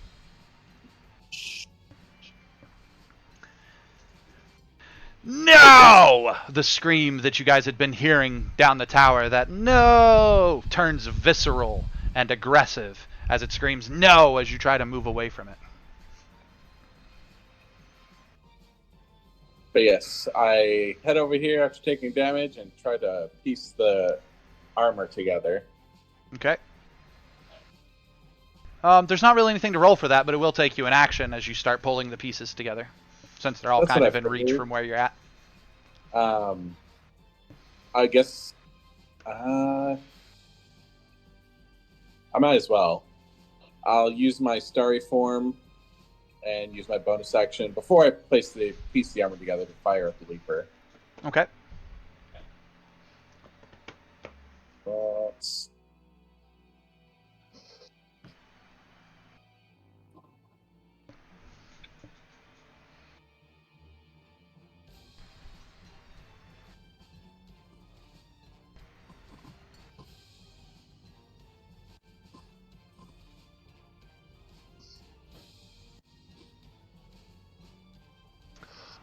Let's see his armor class. That is a hit.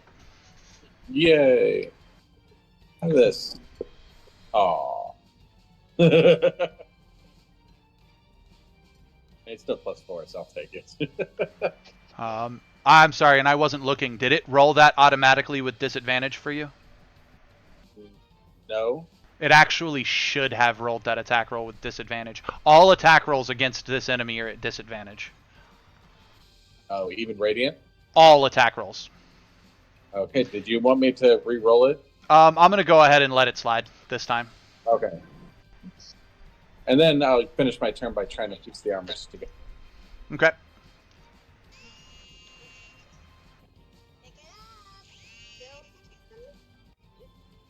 There we go.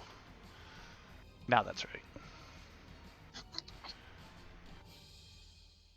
Yeah, the target should, it for some reason doesn't, but the target should have the invisible effect on it. There it goes. So all attack rolls against it are considered at disadvantage.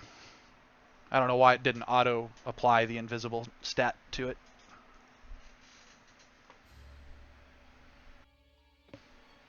But, Irina! Real quick, before Irina's turn. Yep.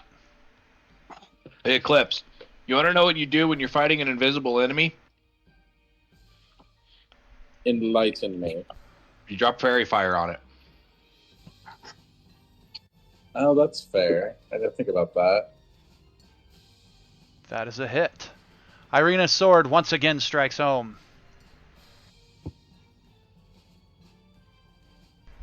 For 9 points of damage, which he resists part of. Heathcliff, your turn.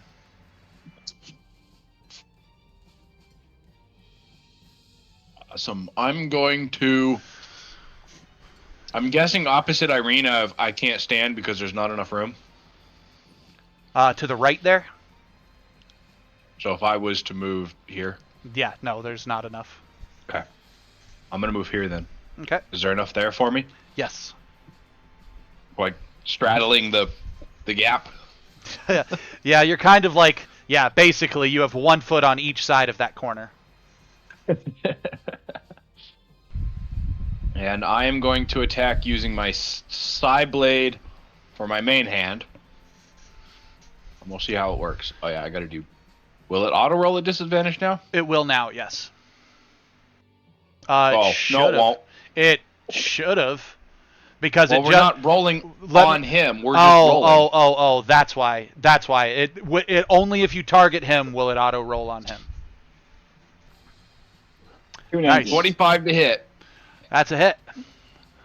Yeah, I'm sorry. It And- auto rolled for Nope. Irina because I always have my characters auto roll on it, so that's why Yep, I was. nope. That's fine. Unfortunately, because I had disadvantage, I don't get sneak attack. So 6 damage. Disadvantage removes sneak attack as something you can do. Yeah, I had to look it up because I was curious. So it says you don't need advantage on the roll if another enemy is within 5 feet.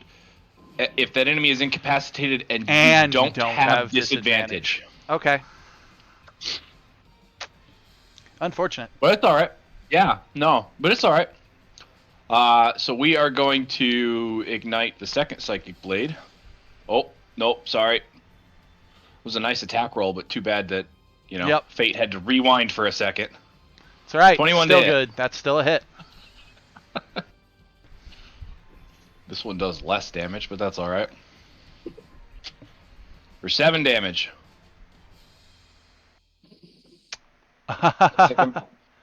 And he drops.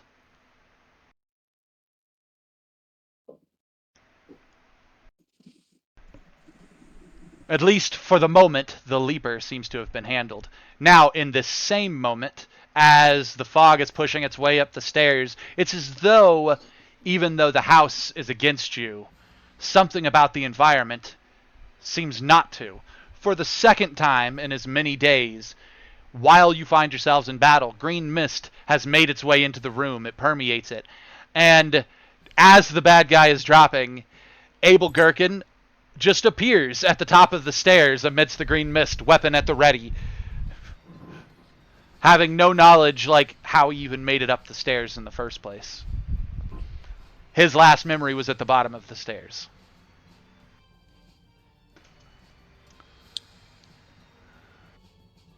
All right. Heathcliff got the kill thwack. Azid, what are you doing? I'm gonna. I don't believe he's dead yet. And So- I think this armor has something to do with it. So I'm gonna walk up and stab my sword into the heart of the armor. Like right where the heart would be on the chest plate. While Eclipse is, like, trying to pull the pieces together, you're just going to walk up and stab it? Yep. Okay. You stab the armor. Thought that'd be something. I'm working here. I don't believe this creature's actually dead. Azid, I are think you there's doing more work to anything be done else? No, just talking. Okay. He says, I believe there's more work to be done here. Abel, you appear at the top of the stairs, weapon drawn. Everyone seemed like they were fighting, except for Eclipse, who was assembling some crimson armor laying in the middle of the floor. I hit him with an attack, thank you much. Not that Abel saw. Oh, that's fair.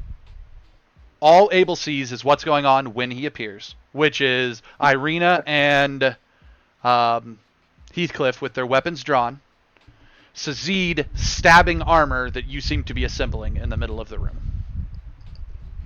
Crimson armor, specifically. Abel, what would you like to do? Is there a shield with the armor?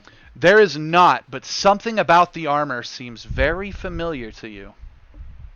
I'm gonna roll an investigation check on the armor. Okay, are you trying to figure out what's familiar about it? Yes. That would actually be a history check. Okay. Oh, I've got to roll for you. I forgot your computer's down.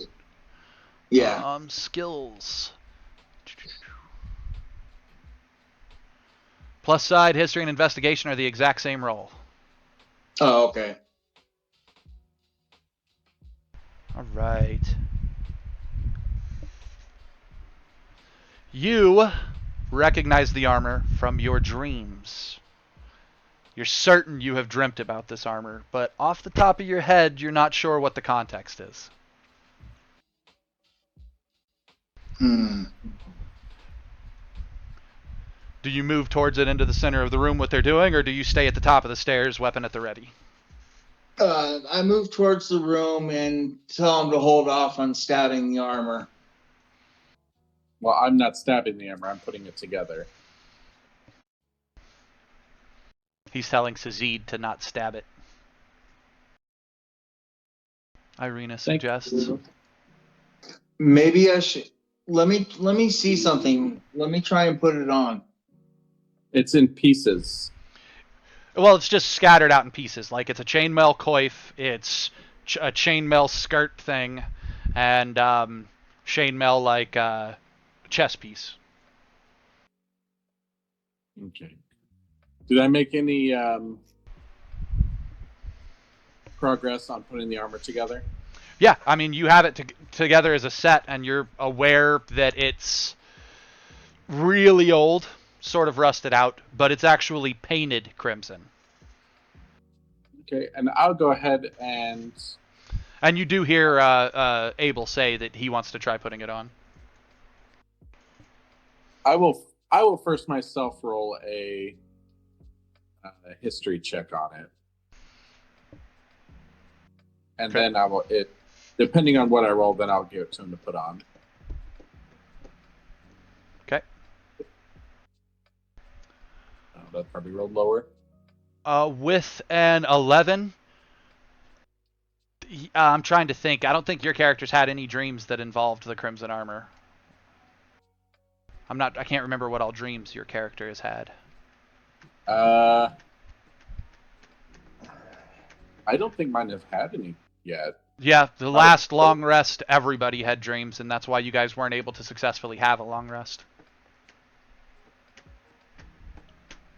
Yes, you did have a dream. You remember it, that you dreamt about it, but you're not sure what happened in the context of the dream. Yeah. I remember I had a dream, just not what happened in the dream. Do you tell the party that you dreamt about it? Well, no, because I remember having a dream, just not what happened in the dream. Okay. And I'd say, trying to think. So, should I have rolled something else if it's not pertaining to the dream, just in general? History is how you do a remembering check. And then if I just wanted to examine the armor, see if there's anything special about it.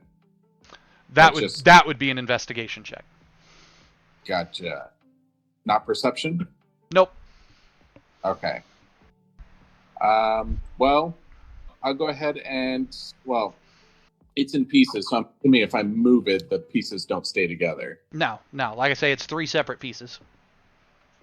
Actually, let's see here. Give me a second. I do have, let's see.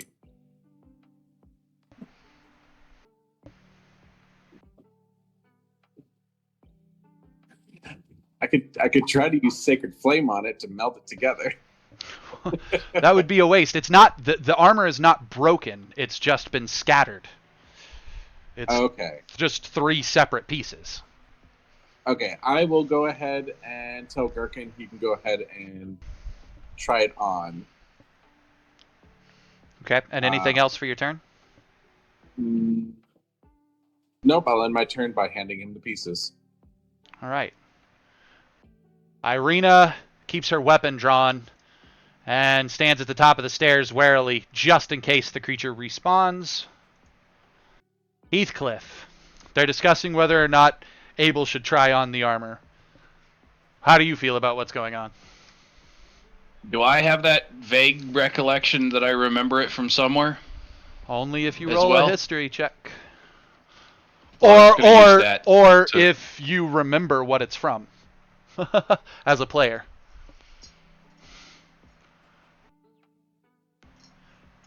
Because so far, none of the other players have apparently remembered what it is. What I'm asking is, does my character have that They I've only seen this had before. that. They only had that feeling as characters because, as characters, they made history checks to try and remember it. Oh. If you, as a player, remember what it is, go right ahead. If you do not, as a player, remember what it is and want to know if your character remembers what it is, roll an investigate or a history. Nope. Nope, you don't even recognize Guys. it from the dreams. Can I have a Beautiful. soliloquy? I mean, I think I'm you gonna- go next, anyways. I'm gonna stay here and stay ready then. Okay. Sazid, your turn. I mean, I don't know if my characters had dreams, but I think this is Mara's armor. Well, you definitely heard Dalk refer to to Mara as the Crimson Winch more than once. I'll suggest that this might be Mara's armor. To the Hey, rest of the party. go ahead, Eclipse and Abel. You can roll a history with advantage for free, and Heathcliff, you can just go ahead and roll a normal history for free if you would like.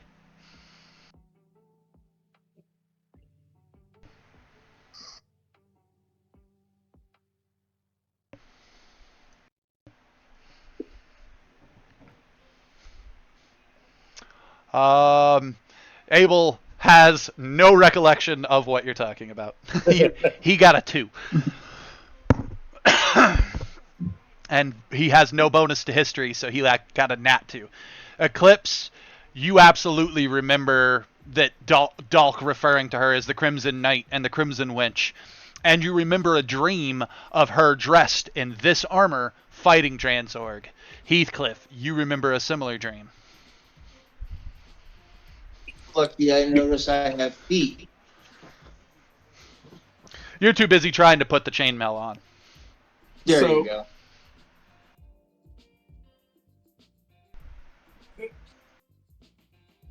Was that I Eclipse believe trying my to say dream I something? had.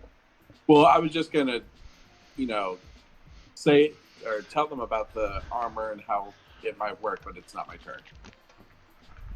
We're in roleplay speed, so you guys can go ahead and discuss it. So I will go ahead and tell Gherkin here. It's just like I actually remember dreaming about this. Mara wore it. From what I remember, wore it fighting our undead knight friend that's downstairs at the moment. So it might be the key to permanently defeating him by wearing it. Or it could just piss him off and just send him after you specifically. Well, he's already pissed off at us. so- Irina responds by saying, or both. Or both. She goes, I'm going to side with the cat. I think she might be right. I think this might be the tool that we're looking for if we want to fight him again. On the other hand, it might be safe to just keep avoiding him and have this on as a backup just in case. It's really up to you guys. Abel, do you continue trying to equip the chainmail?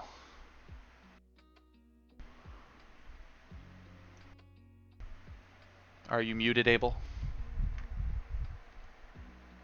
No, he's not muted, just not responding. Girk.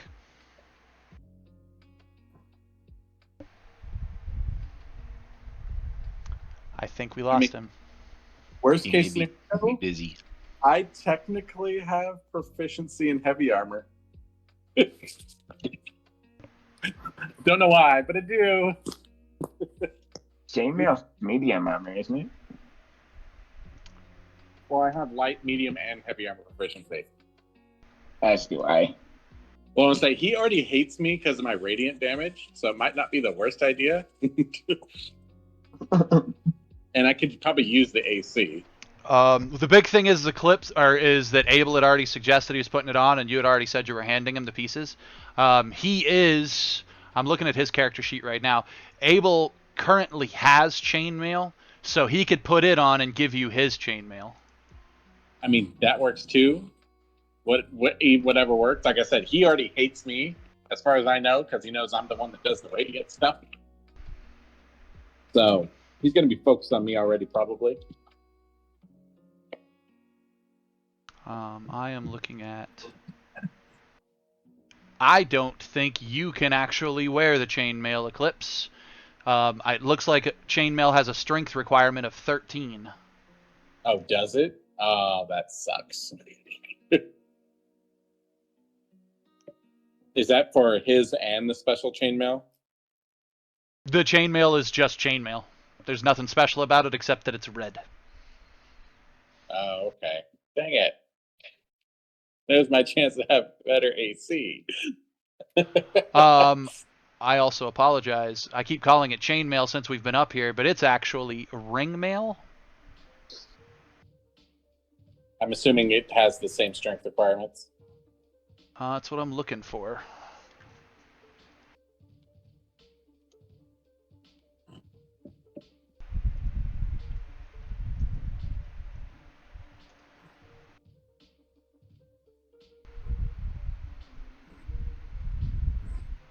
I'm looking at what the strength requirement means. Strength requirement. If the armor table shows strength 13, strength 15, and strength column for an armor type, the armor reduces the wearer's speed by 10 feet unless they have a strength score equal to or higher than that.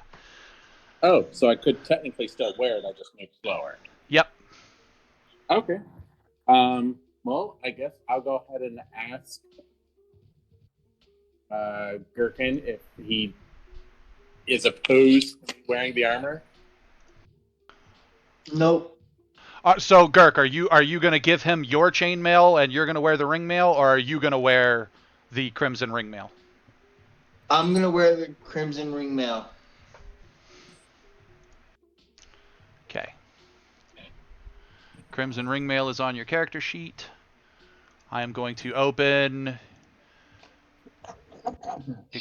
Oops, I just did that backwards. Ha ha ha. Okay. So many character sheets to fudge with. Alright, let's switch that over here. And let's switch you over here. And make sure that the chainmail is what is equipped.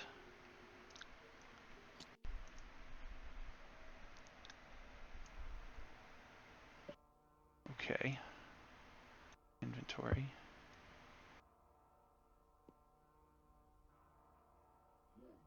Switch your leather to carried, which drops your armor class. Okay.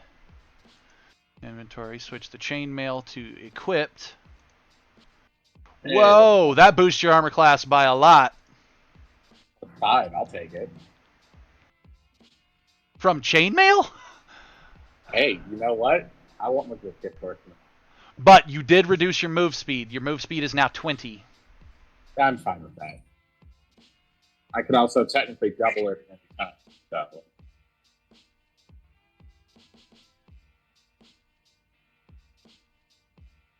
I was about to say, how did you get proficiency with that armor? But it happened when you turned into a cleric. I know. This is like, I can wear heavy armor now. Yay, and medium armor. Nice. That is handy. And chainmail does count as heavy armor. There you go. I can wear heavy armor. While the ringmail...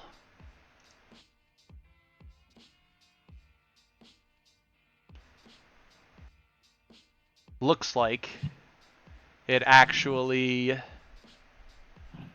lowered Girk's armor class. How is that possible? It technically has 1 higher armor. Oh, no, it doesn't. There a worse dex bonus? No, it doesn't. It actually is 2 less armor. Because it's damaged. Because it's old. Ah.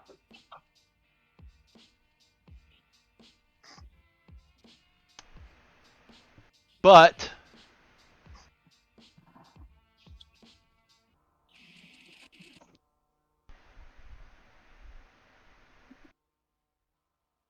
oh. Yeah, yeah. It needs to be repaired. It has a singular magical property to it. That, Girk, you would feel the moment it the moment you put it on. There's just something about it that's bolstering you despite the now lower armor class. And because you've been asking for a while, I'm going to go ahead and do this. Like this. In your favor, there is a shield in the room.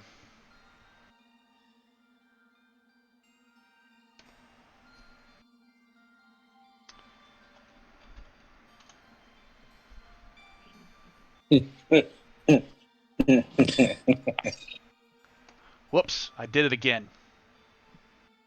Did you give me the shield? I did it again. Yeah, I closed the wrong character sheet. I have proficiency in shield too, so. Well, he's been asking for it, so he gets it. Get a shield. Enjoy your shield. I inadvertently accidentally gave it to you, it looks like. Okay. Well, do this lore-wise. I found it. I say, here, you've been looking for that. I like it. All right.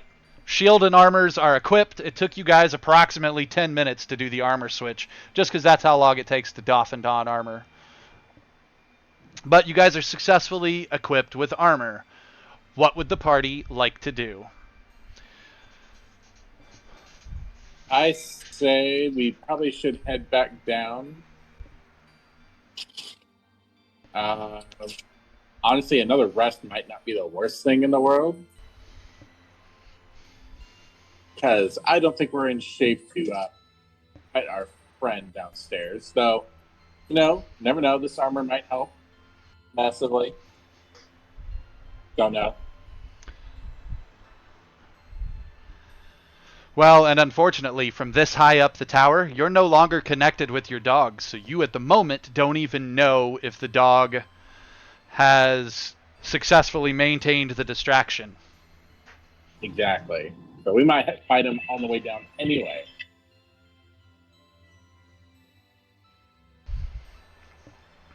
So Eclipse thinks that you guys need to return to the parlor and rest.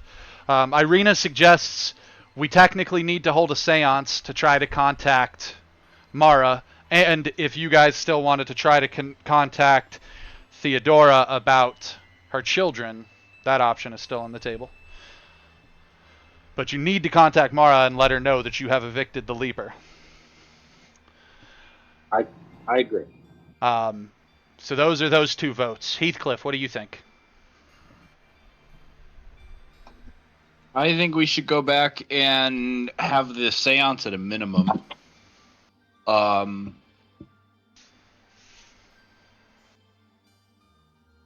With as much hit dice as we've been spending, the only thing really would be resources that I can see coming back.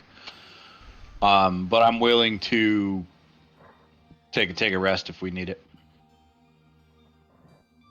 Okay. Sazid?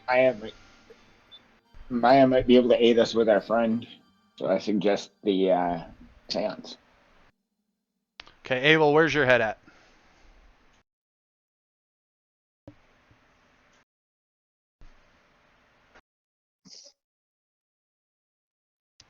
I asked the silence of the void. Okay, well, party consensus is make it back down the stairs. Either way. About halfway down, somewhere on floor 2.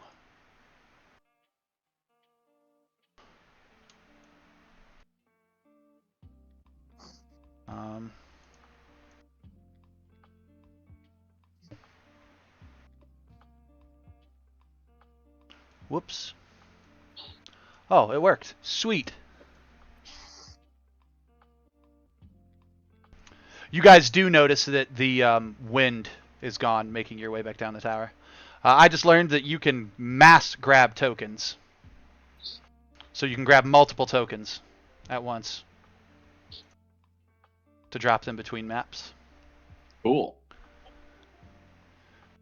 Somewhere on House of Lament floor 2, you discover that you are no longer able to connect with your dog, Eclipse. Oh, fantastic. You cannot sense him at a distance. You do hear, moving through the house, not the tower below you, but through the house itself. When I find you, this will be the end. I am tired of the chase. Moving throughout the house. Now, it is 9 o'clock my time. This is as good a spot as any to wrap up, because you guys are going to have to try to sneak past him or engage him to get to the door. You know he's not directly below you, but he is nearby. As a party, I feel like that's going to be a great place to pick up next time, is trying to make it to the parlor to start said seance, have your rest, and hopefully make it throughout the rest of the house. Is there any last-minute things you guys would like to do? Nope, I think I'm good on my end. Nope. Sazid? Nope. Good. Okay.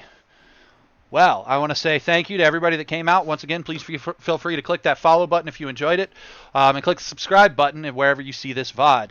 Also, please, as I've stated multiple times this stream, check out my Petri dish or my link tree to check out that GoFundMe page for our dear friend.